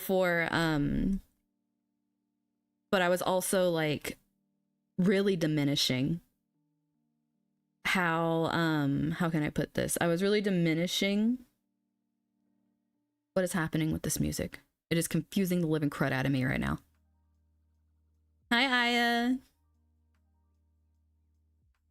Oh yeah, there's a chart reason for you guys having heart attacks. About me always getting hurt and crap. Yeah, I found that was funny. That made me laugh. But the only way I was able to, and the thing is, in that environment, I wasn't much better off. I was still getting treated very similar. It was just a lot more covert, if that makes sense, than being like right in my face treated that way. It was like more like behind the bushes treated that way. And then it's like, but since I wasn't constantly worrying about like starving or like something like that, it was like, I'm doing better. My bar was very low, okay? But the thing that came from that is, now that I'm actually in a healthy environment, like I'm actually surrounded by actually genuine loving people, that I carry all that with me, and it scares the crap out of me to like let myself be vulnerable, because it's like, I know these are good people, like, and detached and logically I could see it. That's the whole thing. It's like I can actually see that they are good people, but body wise, like body reaction wise and emotional memory wise, like I'm a spastic mess. So it's like daily actively trying to work through each trigger I have and be like, why is this doing this? And being very retrospective with myself to figure out like what I can do to fix certain things. And it's overwhelming. It really is overwhelming. And that's why it can help to, even if you have like an online forum, or at least somewhere where you can vent and get it out of you, so it's not like just in your head. Because when it sits in your head, it festers and it like takes up all this space, and then it starts clouding everything about you. And even if you're finally somewhere that's good, it ruins it.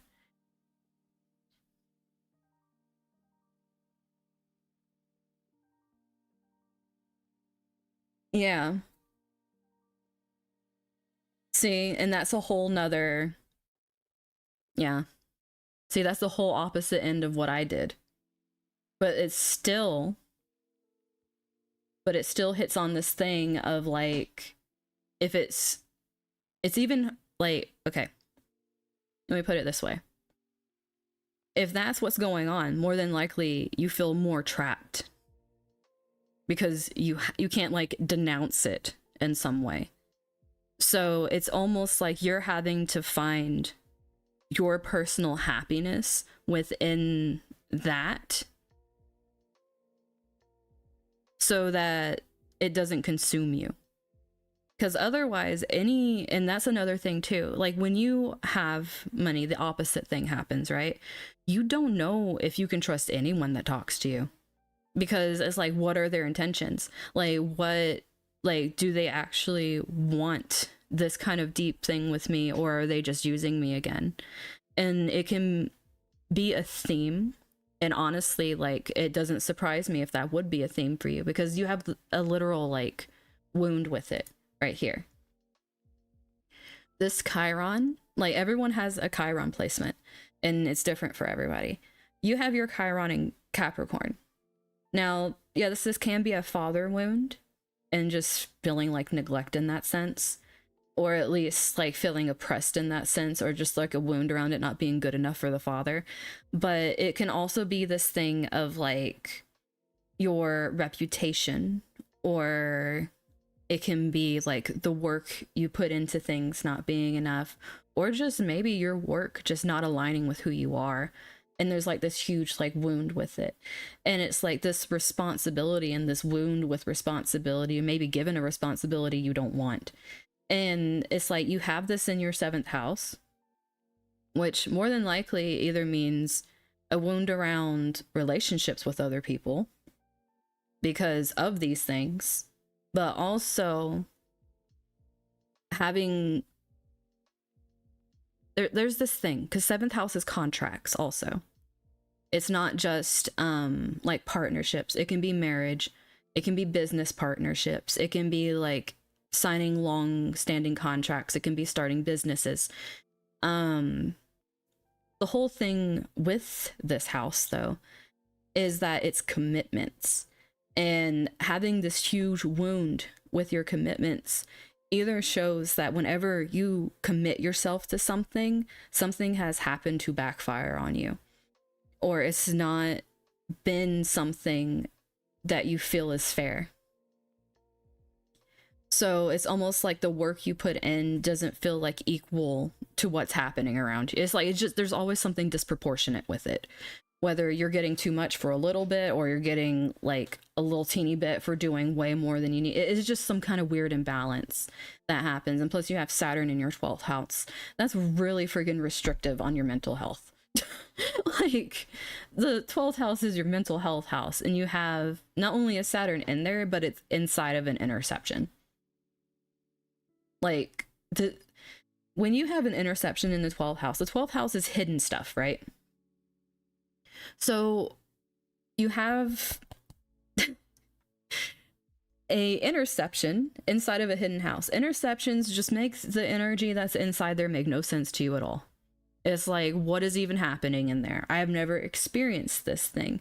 It's hard for me to experience this thing because it feels very, very like alien to me. Like, it doesn't really belong in my sphere.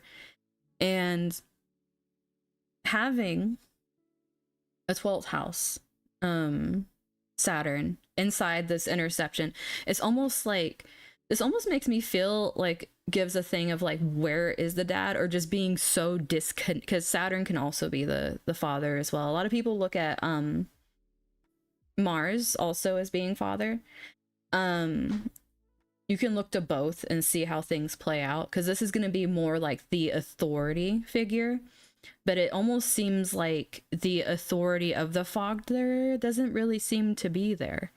It's almost like if he is there, it's more of like this deep subconscious thing that is a little unsettling that's there. If it is there, it's not like a nice presence. It's not like this joyous, happy presence in here, and it's opposing your sun, which is like your expression, like it's your heart's expression. So being in opposition to that is almost like you have this like secret almost, because the 12th house is secrets, and it can be hidden enemies, and 7th house is your open enemies. So it's almost like whatever is happening in secret is making you have open enemies with anyone you try to do business with, or anyone you try to have a relationship with. It's like you're just carrying this with you, and it's like, why do I have to have this? It's just, it's like this nasty karma sitting in there. And I'm trying to see, because the thing is, when you have stuff like this, there is ways to help it, right? There's always ways to help something. It's like, yeah, it's gross and you have to like deal with it.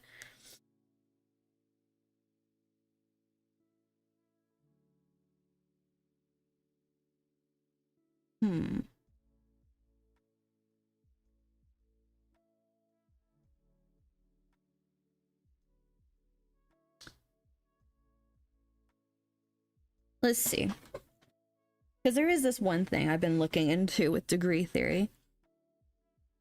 And you have this, one thing I do want to tell you to be careful about, though, is escapism. Like, using excess to escape from things. Because having your North Node in your 12th house inside this interception, it can feel very all-consuming, and like you're being pulled towards something, and it becomes very obsessive. And having that tendency in your 12th house, which is like your escapism tendencies, can mean if you get, because 12th house and Pisces energy does rule the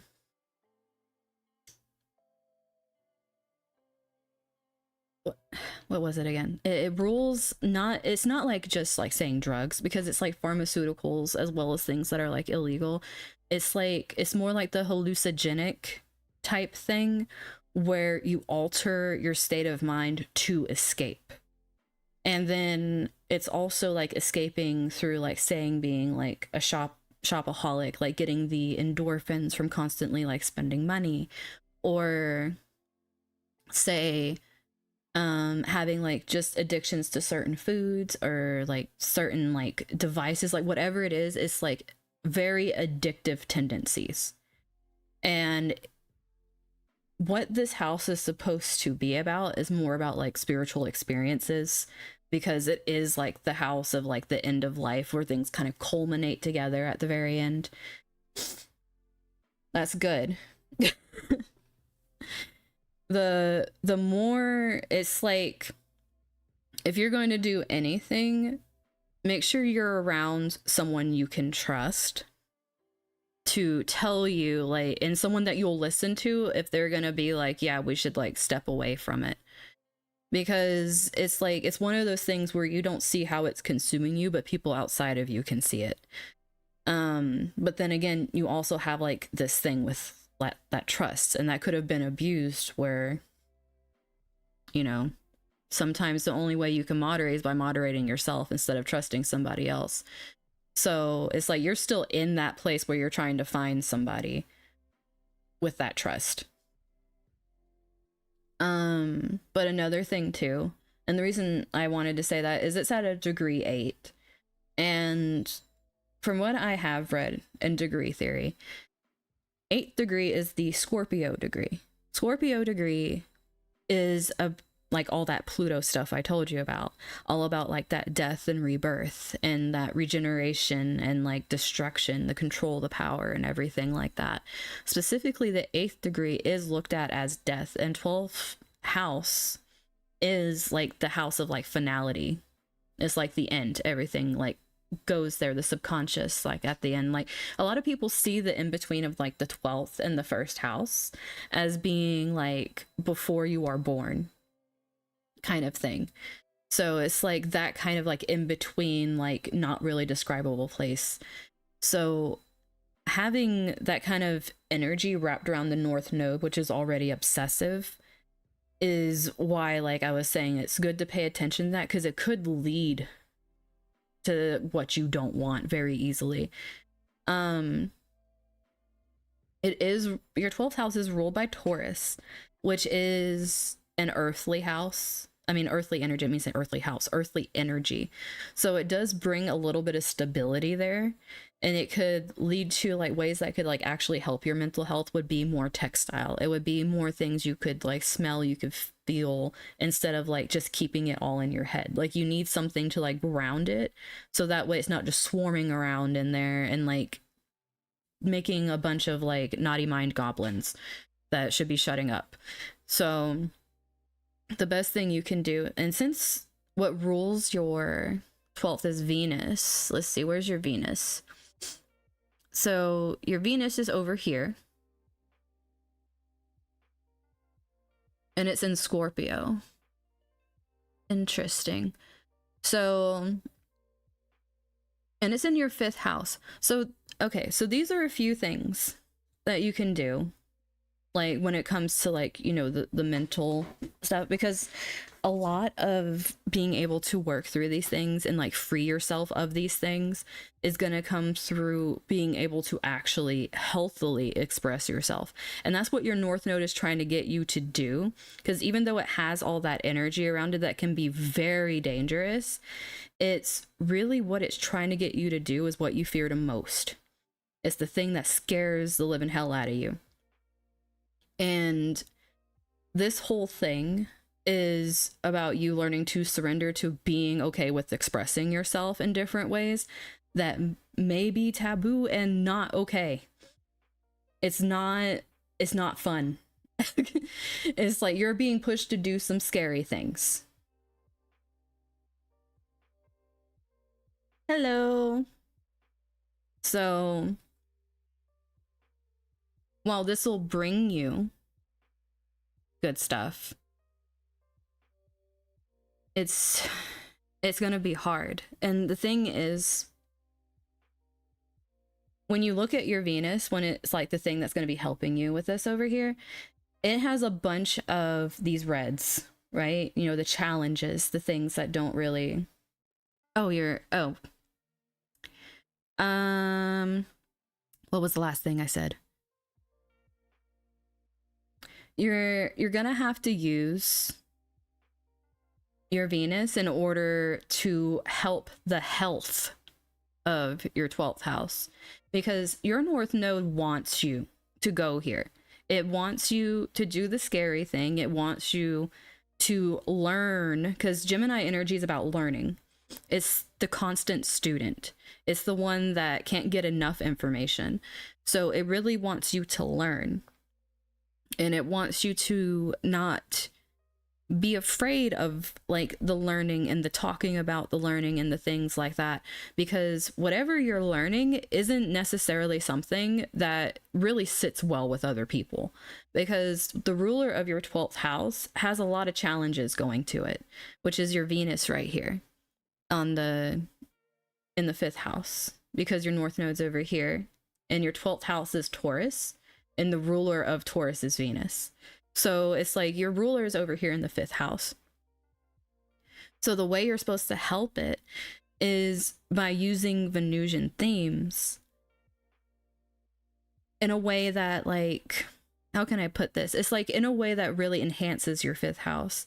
And your 5th house is Venus ruled also. Like it's Libra. Libra rules Venus, or Venus rules Libra also. So it's like you have a nice reception there, but it makes it very deep, and it makes it very like almost like, how can I put this? In Scorpio, with like, you have a lot of Scorpio energy, even though it's like, it seems like it's only in a couple placements. The degrees of your placements carry Scorpio energy too. So there's like a lot of that like mixed into it. It's like flavored with it. And with your Venus down here, what the longest word, I think I've heard of the longest word. Isn't it like the Swedish word for like sneezing or coughing or something? I think so.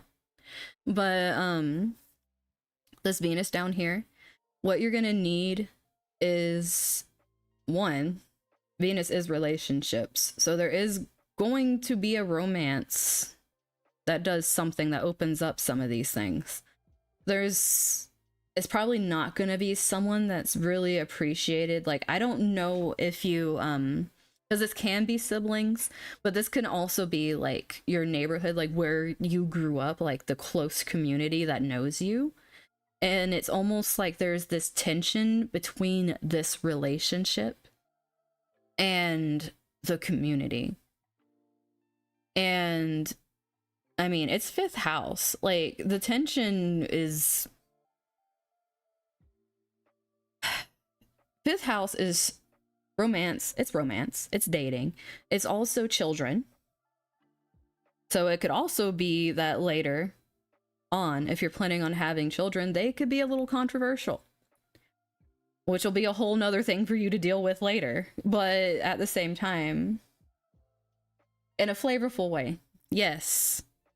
Believe me, I understand being fucked in a flavorful way. But I do want to tell you, though, what's interesting is that this all is happening to put you in a place where you know for certain that you can trust who you get, because you're getting all these like mixed signals from these different places about intimacy and a lot of things getting torn apart and stuff, right? This right here is showing that there is going to be something, especially like the way you are in relationships. It might not make the outsiders happy, because this is a little more like, you know, people being upset out in the world or community or whatever. They might be a little upset about that. But when it comes to personal, when it comes to your emotions and your communication, and it comes to like you getting things done, the relationship's good. And that's something you're gonna have to make peace with when this happens. Like, it's gonna be hard, and that's probably gonna be the biggest fight that you're going to experience.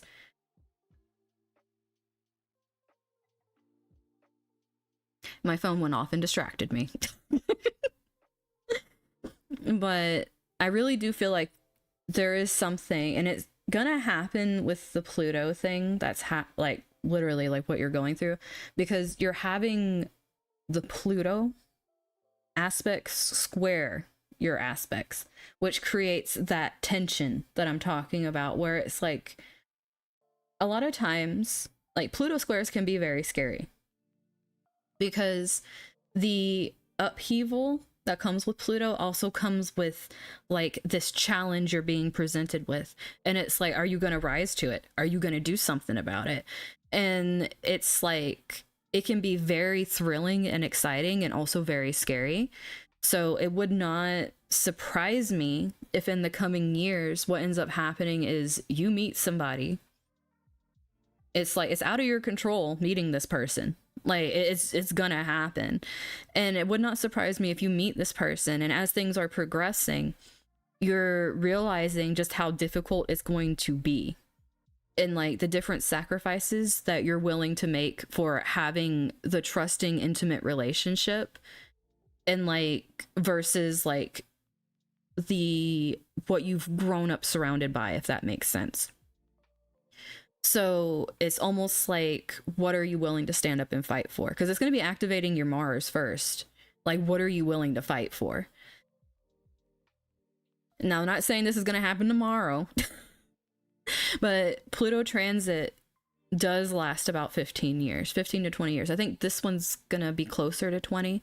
And since your house is like kind of split in the beginning, it's going to be like maybe the first like 7 to 10 years that this kind of stuff is coming up. And then once that is over, there's going to be like this possibly you meeting this person traveling. Like, it wouldn't surprise me if you end up traveling and then meeting this person, because that's when the square is going to be a lot more exact for you, because Pluto will be moving up here and it will create more of an exact square instead of like a loose one. And it'll make it to where the fated stuff is supposed to happen. Like, that person's going to show up and it's going to be like probably not someone that fits in with your community. It's going to be a foreigner, and that's going to be the difficult thing.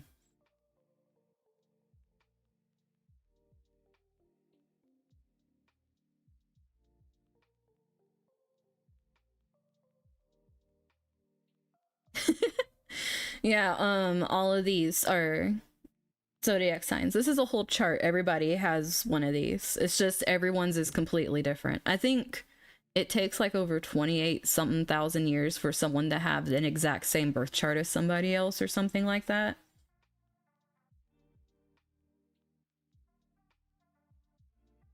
But yeah, I think this is really teaching you a lot with it being up in your 8th house about like what is important to you and building that foundation and what your absolute no-goes are when it comes to having a vulnerable, intimate relationship with somebody.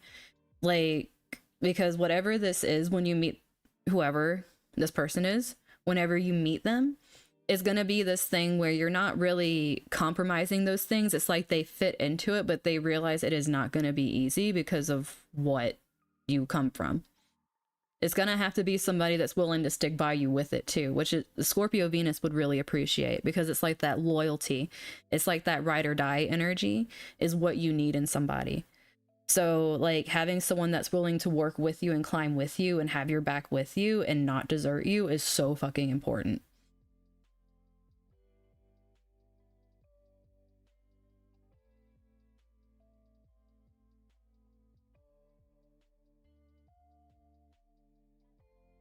Oh, Aya knows all about squares. She actually has the one of the harder aspects. She has what's known as a grand cross, which is like a huge red box and then lines all over. She has that. And it's known as the more oppressive and difficult aspects to have in a chart in a lifetime. But it's like, it's literally what she's trying to say. It molds diamonds. It like the pressure builds diamonds is what it's meant for. I mean, yeah, of course you can let yourself succumb to it and like break under all that pressure and stuff. It does happen to some people, but breaking past that is almost like this surefire way to be like that diamond at the end. It's just hard, especially if Saturn's there. It means it's going to take a long time and you probably won't be feeling the progress until your 30s. And you're going to be kind of ticked about it.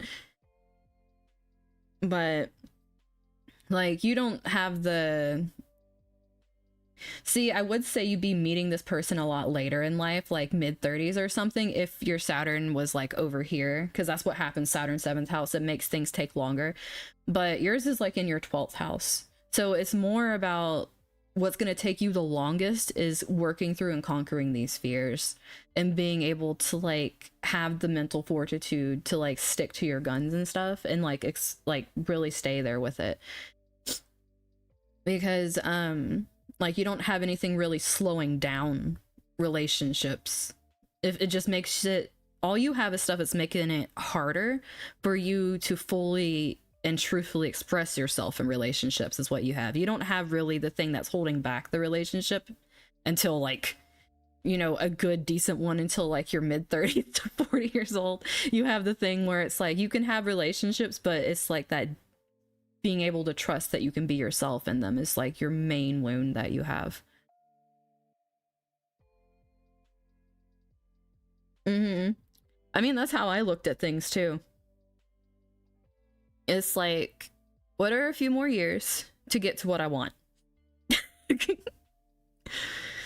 What is a little more time to be able to have a life I'll enjoy? Like, and that's really what you're working towards here, is like really tearing away the old things that really just, it doesn't work. It just doesn't. And like realizing like, yeah, I have this other money, because 8th house is other people's money and like coming into and all that kind of stuff. Like I have this money, but maybe I want to do something different with it. You know, you're not going to be controlled by it forever. At some point, you're going to be fully autonomous with it and you're going to be able to make decisions.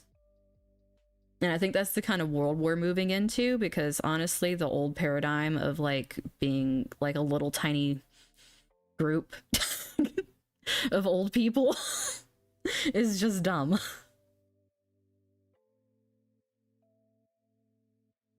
Yeah. Well, this, like I said, it's going to be a lot of similar themes because of the Virgo moon. Like a lot of, like if you look at people who have similar moon signs, you're going to have themes that carry, because these are themes that like shape your emotions. Also, he's a Cancer rising. I'm a Cancer rising. So there's going to be a lot of things that hit him at different points of life that are going to make him grow up the same way. I mean, his is a very early degree. He's 0 degree Cancer rising. I'm 22. It makes everything like lay around differently, and plus I don't have interceptions. But his challenges are going to be different. He's going to go through very similar themes as planets move through houses and shit. But it's going to happen at different times for him, is literally what's happening. And it's going to line up differently. But it's going to have themes. And that's what I've been trying to like say to a lot of people, is we experience themes together. Like there's no reason to be like trying to like make all these hyper individualistic things when we experience very similar themes and can relate to each other and find ways to help each other, instead of just being like, well, I am so unique that no one can help me and I can't help anybody else. Like it's it is not helping anybody. It's like we can all be different and then work as a group to do something. I mean, it's like it's been made to look so fucking hard, and it's really not. But I will stop here, because if people know, I can read charts for hours and hours. And this is supposed to be a mini. But there's a lot of stuff that goes in the charts, and like you can look up placements and be able to dive deeper into things. If you go to this website right here and put in the information that you told me, you'll get the same thing. You'll be able to have this, and plus there's a chart. I just cut it off because I don't like having all the crazy stuff over here. But there's also a chart down there that has like aspects and stuff, and like what the glyphs mean and everything like that. And if you like type the stuff in, it's crazy the stuff that comes out, because it's like as you connect more things and realize that it's not just like the planet and the sign in the house, it's also the fact that all these lines are connecting to that planet in that sign in that house. And there's a planet, and there's the fact that wherever this like sign, like this house is ruled by a sign, and that sign's over here, what's that sign doing? It's like it connects all over the place. And then you get into the degrees, and that's a whole thing on its own too. There's so much information that you can flesh out and like help you make sense of things and go like, well, okay, now I understand why that was happening. And then like, this is just your natal chart. This isn't even like, you know how I've been talking about Pluto over here? It's a transit. That means it's going over this house. There's going to be a transit in your, like, currently, like your 12th house. Uranus is going through there and causing some shit. Uranus in the 12th house cannot, it just does too much. Just,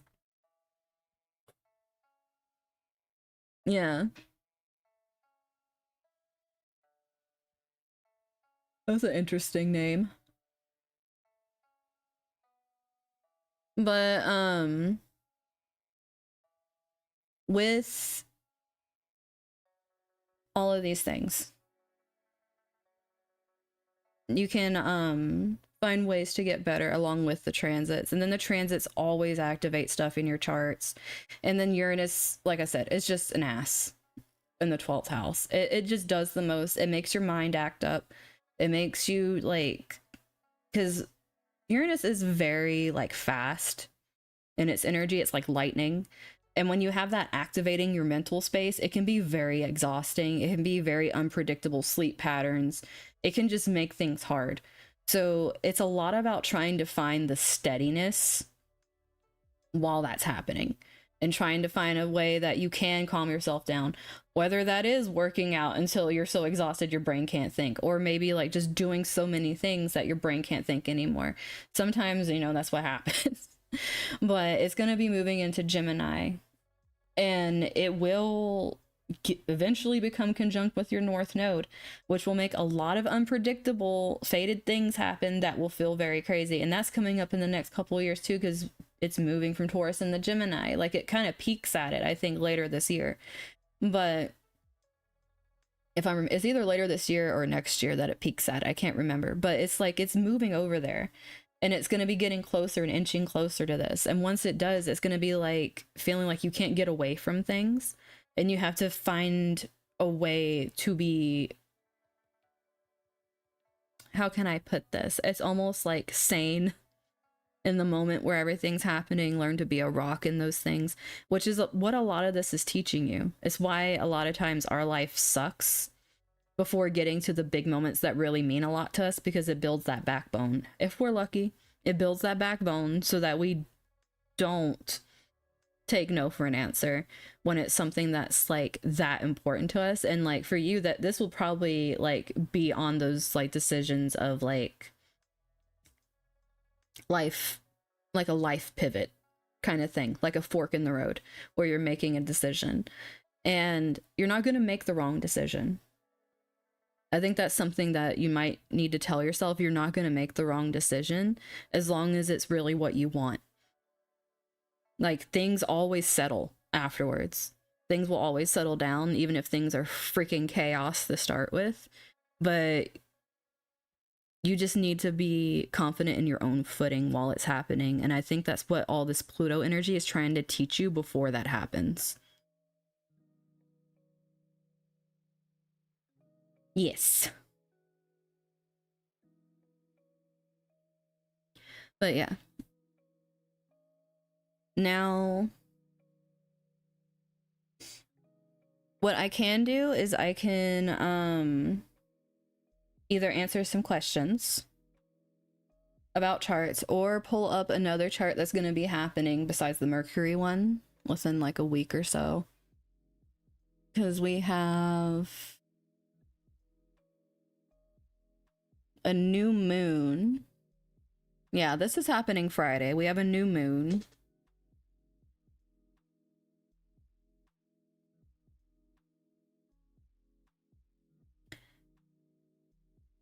I am. Yeah, we have a new moon on Friday. Now, this new moon is also in Aquarius. You know, like everything else that's trying to move into Aquarius this month. This new moon, which is both the moon and sun conjunct at like exact. That's what a new moon is. So we're going to have Pluto, Mercury, moon, and sun all in Aquarius for this new moon. And new moon energy is like, it's all about like starting new things, which is why like a lot of astrologers with, you know, Pluto Aquarius, all the other planets going to Aquarius, and Aquarius new moon, it's just like something new is happening this month. Something new. It's like, it would be really cool if it's like a crazy technology advance, because, you know, Aquarius is like the technology and the sciences and like the futuristic advancements and like, you know, the internet, AI, all that kind of like crazy stuff.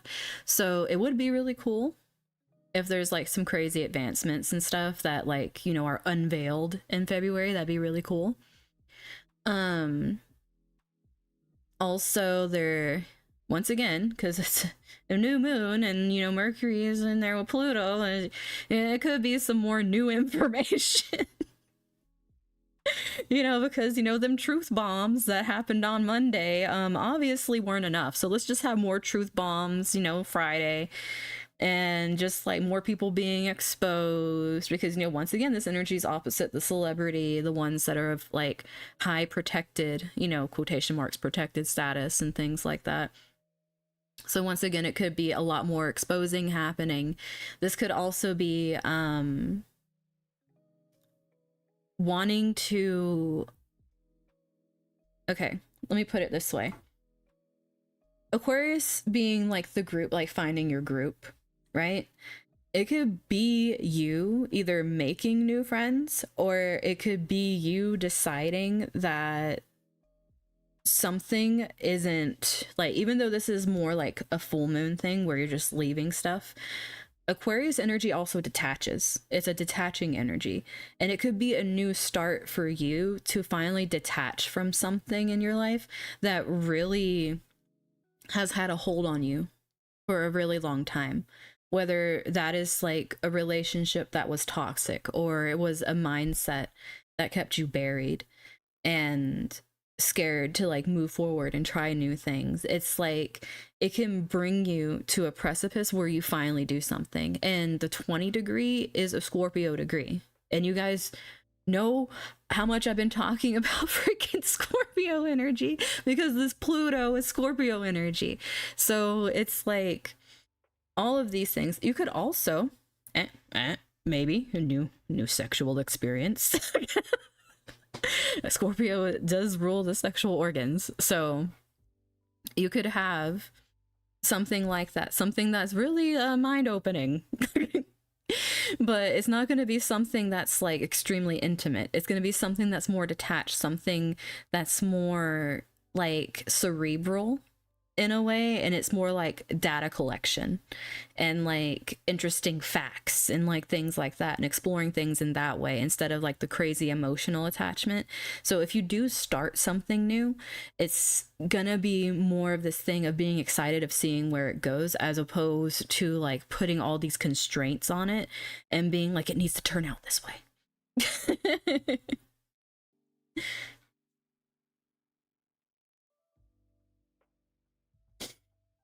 And let's see, with I'm looking at some of these placements and seeing, because these over here, Mars and Venus, still haven't scooted their way over yet. They will this month, don't doubt it. They're gonna scoot over there too, but we still have Saturn and Pisces here. And the degree it's at while this is happening is actually making this nice little sextile to Jupiter. And Jupiter likes to do nice stuff, okay? Jupiter, even when it's being mean and when it's doing red lines like these, still tends to bring stuff. It's like it wants to bless you. Now, it might bless you with a lesson, but I mean, after the lesson, you'll get a reward. It won't be like it's just the lesson and you learn the lesson. But it's like there's always something a little softer with Jupiter. And having it trining, oh, thank you. And having the trine to Jupiter is making it to where there's restrictions that we have felt like, because in Pisces we've been restricting a lot of things, possibly restricting our intake of certain substances, like escapism tendencies and things like that, like really restricting different things. But Pisces isn't just that, it's also creativity and art. So there's like a lot of restrictions in trying to build these like structures around this thing that's usually very fluid, which is why Saturn doesn't like being in Pisces energy. It's like you're trying to fence in something that's supposed to be literally the ocean, so it doesn't really work that well, and it creates a lot of conflicting things. But with Taurus up here being in with Jupiter being in Taurus and it's sextiling it, it's almost like giving this little nudge of like, here's an opportunity for you to do some of these things in a bigger way that you might have felt were being smushed. It's like, I wasn't able to do this for a bit. And that goes really good with the Aquarius new moon. So instead of like feeling like I've been restricted and restricted and restricted, it's like you're getting this nice little boon of energy that's like, I'm not so restricted. I actually feel kind of grounded, because Taurus energy is grounded. So it's like I'm kind of grounding these concepts that I want to. Instead of fencing them in, I'm able to like ground them and do something with them and make something with them, whether that's like starting a business or something like that. It's like, instead of the ideas just being creatively and flowing everywhere, I'm like really channeling them into doing something with them, like being constructive with them.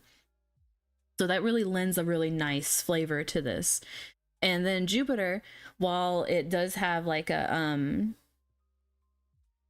square to like Mercury and Pluto and stuff, that's more like, once again, you know, what started the week with the foot and mouth syndrome, talking a little too much. You could be a little excited about your project and talking a little too much. But it's like, just try not to be too intense with how you come off with it. It's more of like, be softer with it. Like some people, they're not, I mean, it'll still turn out okay. Jupiter's there, Jupiter's the one making the square. Even if it's a little rough, it'll still turn out okay. There will still be like good reception to it eventually, if it's not at first. Like that's pretty much what it is. It's like, you know, restrain yourself a little bit and have a good reception, or just full blown throw it out there. It might not have like all good, but it's like it'll get reception, good and bad, and then eventually the bad will fall away. But it's like that kind of thing. Don't start a business. And well, that's the whole thing too, is like a lot of people that will be starting things, like starting ideas, starting different things, these new things that you're starting, they are still gonna have a little bit of like one tiny toe or two that is in this older energy that I told you, because there's still those planets that are like down here in Capricorn that haven't completely made it through yet. It's like those last, it's like the stragglers, right? And then these planets being Mars and Venus, Mars not being there, like Mars is exalted in Capricorn. Exaltation means it really likes being there. It's like it's on a vacation there and it's being treated like a king or a queen there. That's pretty much what that feels like, but it can also make things come too easy too. So with Mars still in Capricorn, it's like there's this feeling that hard work is paying off. That's what the exaltation in Mars is. Hard work pays off. But it can also do this thing where you might work a little too hard. So just be careful with that. Venus is also in Capricorn. Venus does not like being in Capricorn. It's not happy there. It feels dry and sad, and like it has to really focus on material gains as opposed to the loving aspect of it. So, I mean, it's great for making some money. It's a placement of like either like, you know, the rich partner, or like being a sugar baby, or like whatever it is. It's like having money. But at the same time, it's like it can be very isolating and very cold. So it's like whatever you're starting doesn't necessarily have like this very, very warm touch to it. Like I said, the Aquarius stuff is very detached, and having Venus in Capricorn gives it another like kind of more colder than a warmer approach to it. And so it could be large, it can be bigger than life, whatever you're doing, and very exciting, but it won't have like this very like emotional pull to it. And that's probably how a lot of things that are going to be going on in the public's going. There's going to be a lot of people that are like kind of backing away and detaching themselves from a lot of the stuff that's happening because they're like, this is just too freaking much. Is like, you know, your own mental well-being could be something that you're really thinking about, because Jupiter, like I said, it can be a lot. It just keeps giving. So if you're getting overwhelmed with information, if you're getting overwhelmed with messages and things like that, know when to put up a boundary and like create that space for yourself so that you don't just lose your mind in it, because it can be like that. Like you have like Neptune mixing into a lot of this stuff, so it can put like a rose-colored glasses kind of energy on top of things that wouldn't really be there otherwise. But that's going into Friday with the new moon. And as you can see, these two charts are in the same week. This is what I mean. Like both of these energies, it's like Monday, Friday. Like these kind of things are happening. And then like we'll do this one because it's a Tuesday thing, just in case I can't come next Saturday. I'm pretty sure I'll be here next Saturday. But we'll do this one. This is Mars going into Aquarius. Like I said, they're going to scoot. See, he scooted. He's in Aquarius. He's at 0. And as you can see, these are here. Now the full moon's passed. This is Tuesday. So, we went through the weekend. We had the new moon over the weekend and things happened. And now whatever happened over the weekend, whatever we started, Mars moving in to Aquarius on Tuesday is going to make it to where we have the drive to just funnel our attention into it, because Aquarius energy is ruled by both Saturn and Uranus. Saturn is commitment. It is drive, like this determination to like push yourself to do certain things. And then Uranus is this like unpredictable energy. So it's almost like you're getting this like spark of lightning striking you. And what ends up happening is that lightning strike makes you jump forward into something that you were maybe hesitating with. Like there could have been something that you were thinking about doing and you didn't fully go through with it, and then you get this burst of energy and it's like, yeah, I'm just gonna do it. It's like one of those things. Old people energy. And so this whole energy right here is going to be all about being able to harness it in a productive way, not in a burnout way. Because it can have that effect when you get like that kind of like unpredictable like burst of energy and you're just like rushing and you're not taking care of your health. Don't do that. It can really feel like something like that should be happening because it's conjunct Pluto. And with it being like conjunct, like, you know, exactly at 0 degrees with Pluto, it could be like whatever this new thing you're starting, you're putting so much energy into it that you're not paying attention to the fact that you have not been sleeping. You have not been eating. You haven't drinking water in 3 days. You've only been drinking energy drinks. It's like you're literally like being asked to like pull back a little bit. Like I said, that theme of Aquarius, keep pulling back and looking at things from a detached perspective and being like, if you were somebody else looking at you, would you be able to be like, you're not doing too hot, are you? It's like being able to do that instead of, you know, putting yourself down and being like, oh, I'm like horrible at this or whatever it is. It's literally being attached and going, okay, I can do better in this area. I can go to sleep a little earlier. If anything, I can at least take a nap. If I cannot sleep at a regular time, I can like forge out a time in my day where things seem to go quieter and take a nap then and just shut things down.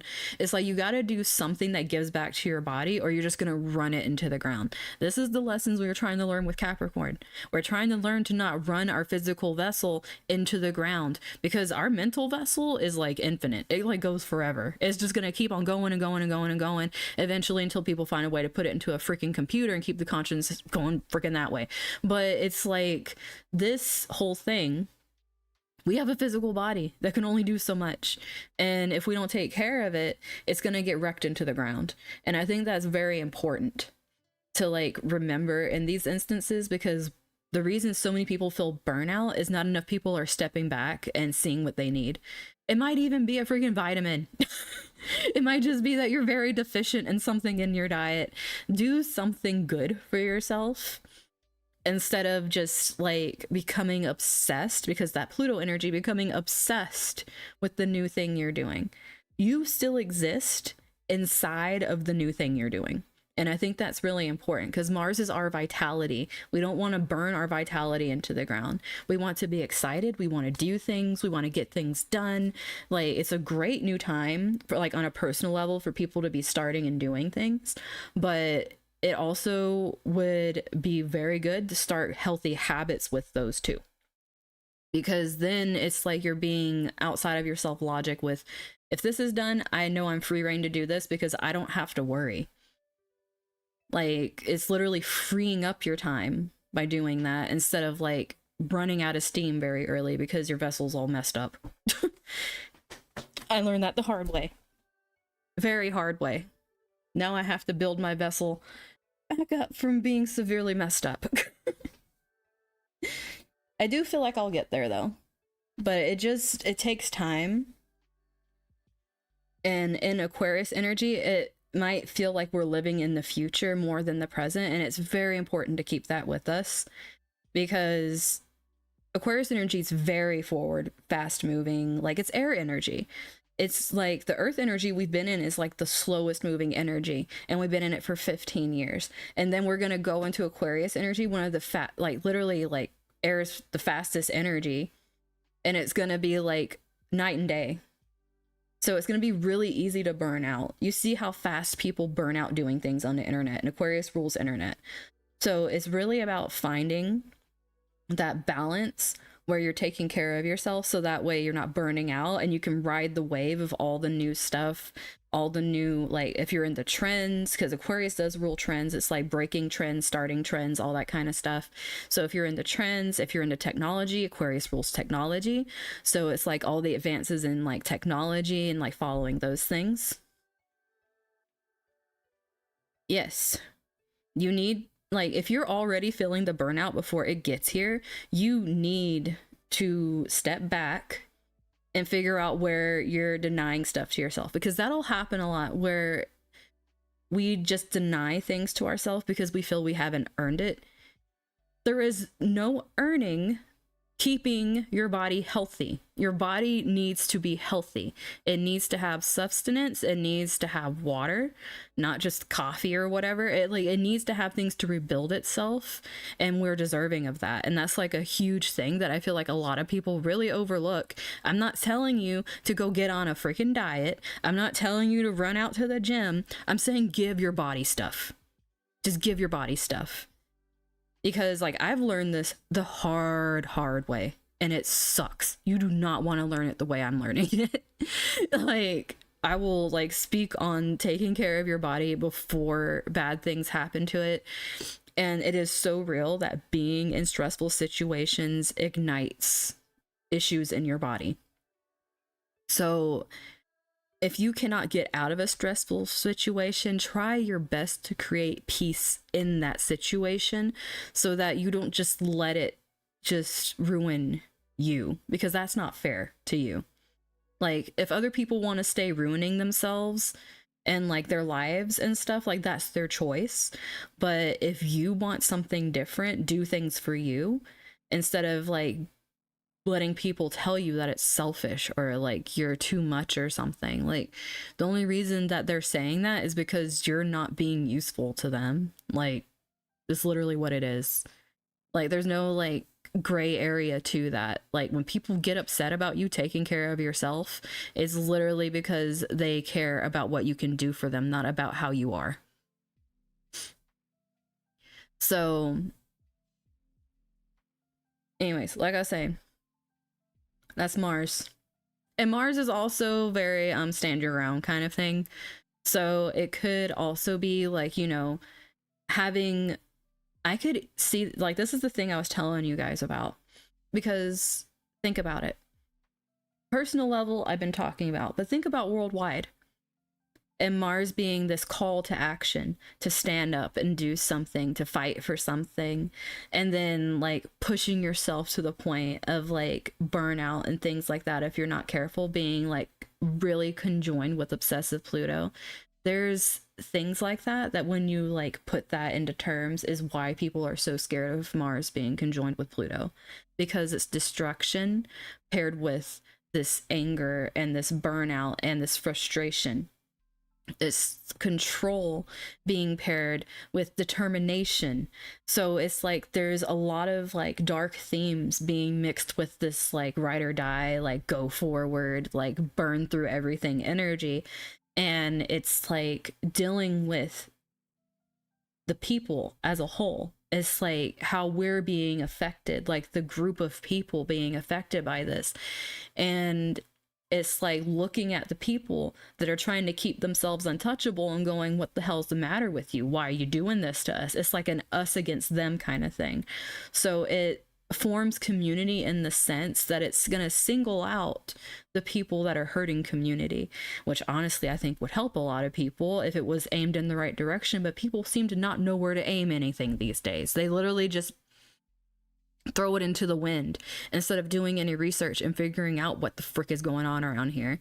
And if anything, I'm really hoping that a lot of the stuff that gets revealed actually wakes up a lot of people and makes them realize that this is what's happening, that they need to like actually make informed, really informed decisions, research things, look into things, instead of just watching one news outlet, which is stupid. Like, don't just, everyone knows that they're just making money off of biases is literally all they're doing.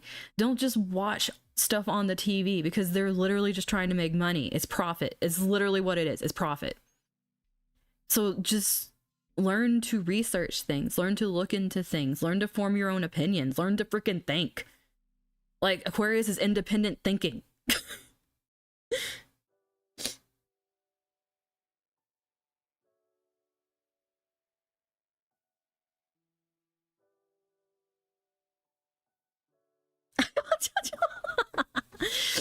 Yeah, and see, the thing is, it's been really hard to spread truth because people have made lies seem so much more interesting, but it's coming around now that honestly, the truth is weirder than fiction. Like, all the truth that's actually coming out is becoming a lot more interesting than all the made up things that people are trying to do to cover for it because it's that messed up. That's sad.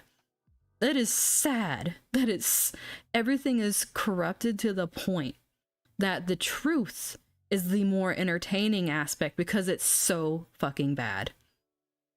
That's literally what we're at right now. So that's why they're not going to be able to lie about it. And that's why so many people are going to get angry, because it's going to be like, that was the worst lie I've ever heard. It's going to be like that kind of thing. They're going to be trying to throw out favorite people to take the blunt of it and like hopefully like, you know, simmer down the crowd. Like, you know, the people that like everyone loves kind of celebrities like put their faces out there to take the brunt of everything, and then it's like when that doesn't work, it's like, oh shit, what are we gonna do? Change things. That's what you do. You don't keep trying to do the same shit. And that's pretty much what it's going to come down to. It's like the only time things change is when they can't be hidden anymore and no one's like thinking they want to hide it anymore. It's like they're over it. Yeah, the PR crap. Like, I'm just waiting for it. And the thing is, with all this happening, and Uranus going to be moving in the Gemini in like however soon it is, I keep forgetting, but once that happens, there's going to be a lot of, because Uranus is ruler of Aquarius, is going to be a lot of very fast, unpredictable, lightning changes when it comes to Gemini things, with learning, with education, with our neighborhoods and how we connect to people. It's like all this stuff that happened that separated us. There's going to be all these crazy advancements when it comes to technology and other things that are bringing communities together. And it's going to be making people close. And it's going to be creating these like individual type learning things that are like, that's what I'm hoping, is that it like really revamps education and it makes it to where it's better for the individual. Same with health. That's what I'm hoping. I'm hoping the things that need individual attention gets the individual attention, and the things that are being focused on and made individual that don't need it get a revamp. Like, everyone's values are flopped right now, and that's why no one can connect. That's why no one can form like meaningful relationships. It's why all these people that you hear on the internet saying like, oh, I have a great relationship, and giving relationship advice, literally come out being exposed as like having a horrible like relationship, or they're single and faking it, like whatever it is. It's like all of these false idols, basically, like giving all of this how can I put this? It's like consumerism, like coated or like draped over with this like fake layer of advice is what it is. And really what they're just trying to do is sell you their stuff. Is all they're doing. It's like, it's so saturated. It's so saturated. There needs to be more real life experience people that are like honest about the nitty gritty of things, about like how connections with people are, how they can be rough. They're not always rosy, and if they're always rosy, you're lying to yourself about something, because like even in the healthiest relationships, life happens. Outside circumstances happen. You're gonna have to learn to communicate in a healthy way, learn to bridge across struggles together with somebody. It's a lot different than navigating it by yourself, because all you care about is me, myself, and I. So it's a lot different. So being able to branch out and actually have healthy connections while knowing that conflict and resolution are a part of those things in a healthy way. And the thing is, when there's conflict and resolution, conflict does not mean screaming. It does not mean yelling. It does not mean slamming doors and acting like a toddler. And I've seen men and women do this. I'm not saying one man, whatever. Like, this is literally like, you see people, men and women, doing these things where it's just like no emotional maturity whatsoever. And like no emotional intelligence, no ability to communicate, no ability to like, you can't like form not only like romantic relationships, but friendships, business partnerships, business dealings. You can't do this thing unless you have some form of being able to communicate with another person and being able to do it in a way where you're understood. Because a lot of people think communication is literally just spouting out what you're thinking. That's not communication. Communication happens when you convey an idea, and then you're talking to someone, like conveying that idea, and you convey it in a way that they understand it and that they're able to talk back and like have like some kind of like reciprocating like conversation with you, where it's like, even if they're just asking questions because they don't fully understand what you're saying, and you're able to explain it further without blowing a gasket and getting angry that someone's questioning something and trying to learn something. Yeah, there's a lot of people that ask questions to like be asshats. I mean, that's just trolls. I mean, oh well. But there's also people out there that genuinely ask questions because they don't understand something. And how are they going to learn it if they don't ask questions? That is literally what it is.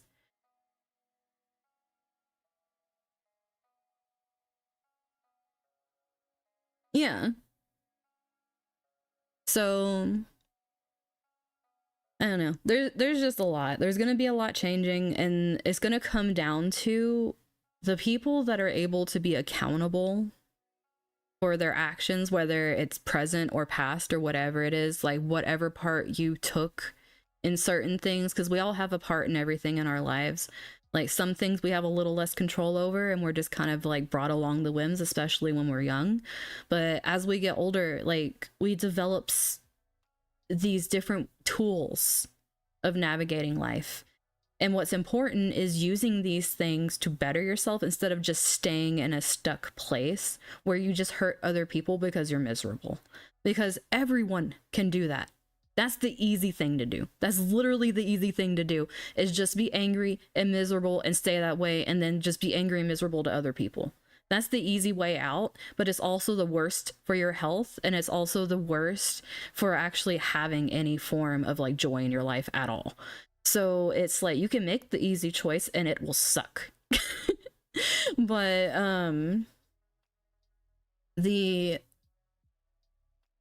thing that would be better for you is the hard thing, the thing where you have to look at yourself and realize like, hey, I wasn't so great there. I did that out of pain. I did that because I was hurt. And it's like you can acknowledge that, but you can also acknowledge the fact that, and you know, what hand you had in certain things. And then take from that, like, I don't want to do that again. Because the way you don't repeat things is by understanding you've done it and you didn't like it and you don't want to do it again. Instead of just being like, I never did that. And then you keep repeating it over and over again. Like, I don't do that. That's not me. I don't know what you're talking about. And that's like a place where your ego is like showing up and trying to protect you, but it's not really protecting you. Like, it used to be able to protect you, but you don't need that now. All you're doing is making it to where people can't get close to you. And in turn, you can't form bonds with people that you actually trust. So you never trust anybody and you're never at home in your own body because you're always paranoid.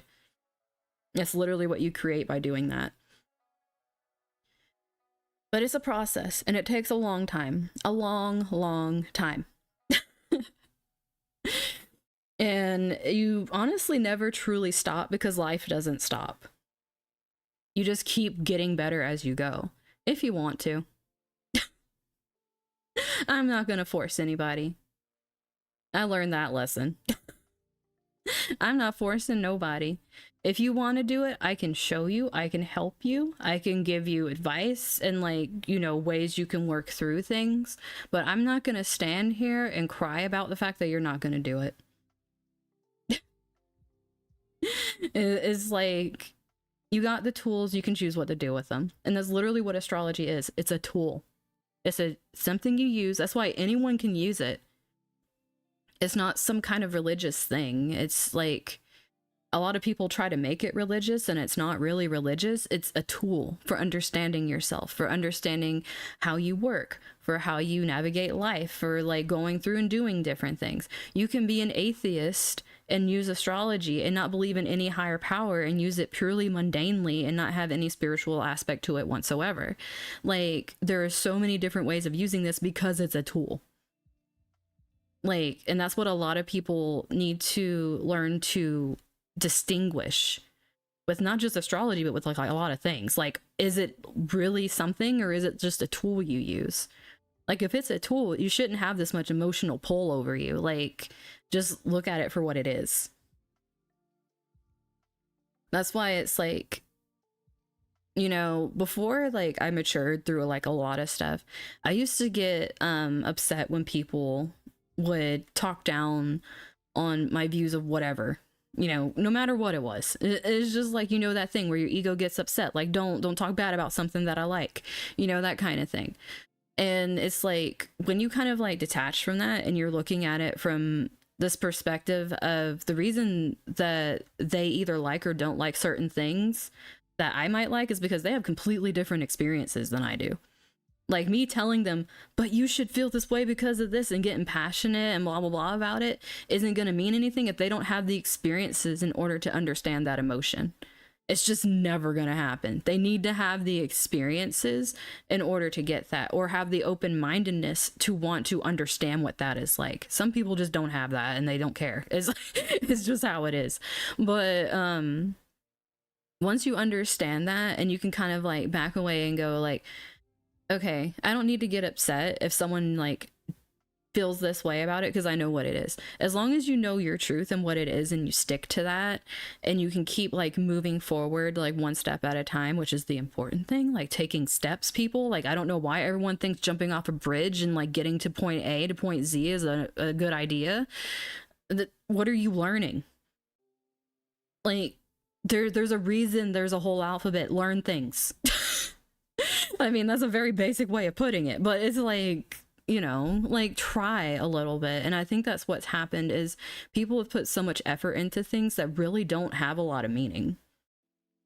Like, they've put so much effort into growing things that don't really sit well with them, and they're like stuck with it, and they're angry that they're stuck with it, when at any time you can choose to be like, I want to do something different. And if you have the power, see, there's a thing too. When you have the power to change something, then go ahead and do it. But if you don't have the, like, you know for a fact there is nothing in your power that you can do, not just you making excuses, not just being like, just because I didn't sleep last night or something like that, or like, you know, whatever, but it's like not making excuses for things just because it would take a while. Like, say like, oh, I can't, like, say like do something with a sport because I'm out of shape and blah blah blah. You could, if you got up and you started working towards it. Like, that's not an excuse. That is literally you saying like, I'm not doing this because it's hard. That's not out of your control. That's you not having the willpower and the determination to do it. There's a big difference. Now, if you're stuck in a situation where, like, say your environment dictates everything, you're in survival mode, you have to be very careful of what you do for fear of, like, you know, retaliation from other people in some way, that's out of your control. You cannot help that you're in an unsafe environment. The only thing you can control is how you react and what's going on internally with you, and trying to have as much control over that as possible, because that's the only thing you control, is your reactions and what's going on internally. And sometimes that's even hard if you actually have medical conditions where like the whatevers are firing wrong or something, and you have to get that checked out. And then if you have some like an environment that doesn't want to check that out, and you're just stuck with that on top of it. So it's like, it's different for everyone, but it really is important to come to a place where you can be honest with yourself and be like, yeah, I'm not feeling well because I didn't eat breakfast. It's not because my life is hell. It's literally like, you know, little things like that. It's really easy to get emotionally overwhelmed and very frustrated and not know where it's coming from, just because like you're neglecting certain parts of yourself and you're not realizing it, and then it builds up. So really learn honest accountability and apply that. And if it takes it baby steps, apply it in baby steps to your life. It will make a world of difference. This is coming from somebody that's currently doing that. Anytime I try to give advice, I don't try to give advice on things unless I've experienced it myself, because it's like, if you're trying to throw advice on somebody and you've never felt it or been there, and it's just like, do this thing, and you're like, yeah, and it hits wrong. It hits very wrong. Like, you can tell when someone's experienced shit. They're just different. They don't have the same kind of energy as somebody that's just trying to tell somebody, just be happy. That's toxic. Like, okay, there's a big difference. It's like, I don't know. Like, there's so much. I can't stay on forever though. I do have to go soon. Just because I have things I have to get done. Like I said, my own accountability. But I just did want to leave on a note where it's like, we are going into a time where we're going to be able to have more autonomy, but also, if we're willing to, more connection than we've had previously in our lives. And what's important is figuring out for you what you really want. And then once you have that, finding people that you can express that with without compromising it, because you don't want to put out the truth in you that you find just because you meet other people. You want to be able to carry that with you, instead of just like dropping the ball because you're like feeling lonely. It's a balance. And that's what life is a balance. It's a really shaky, messed up balance, but it is. And once we're able to find those like supportive groups of people that like really share our vision Like, a lot of change is gonna happen, and it's gonna be both scary and very exhilarating at the same time. The most that we can do is just take each day as it comes and try to make the best of it. And by the end, hopefully we all have something we're really proud of. Because I feel like this is that kind of energy where we can make diamonds as a collective if we come together and do it. So yeah, I think I'll leave on that note. And I will, I'll be back next Saturday, unless I end up not being able to. I'm keeping it to Saturdays for now until I can get more of a what you call it, a stable schedule with things, because there's still quite a bit of things happening. But yeah, I'm gonna stick to Saturdays for now. And if you do want private readings, you can go on my Kofi, and I have a bunch of private readings on there for like doing different stuff, whatever you're interested in. But yeah, I'm gonna leave it there. And I hope all of you have an amazing rest of your weekend. Bye bye.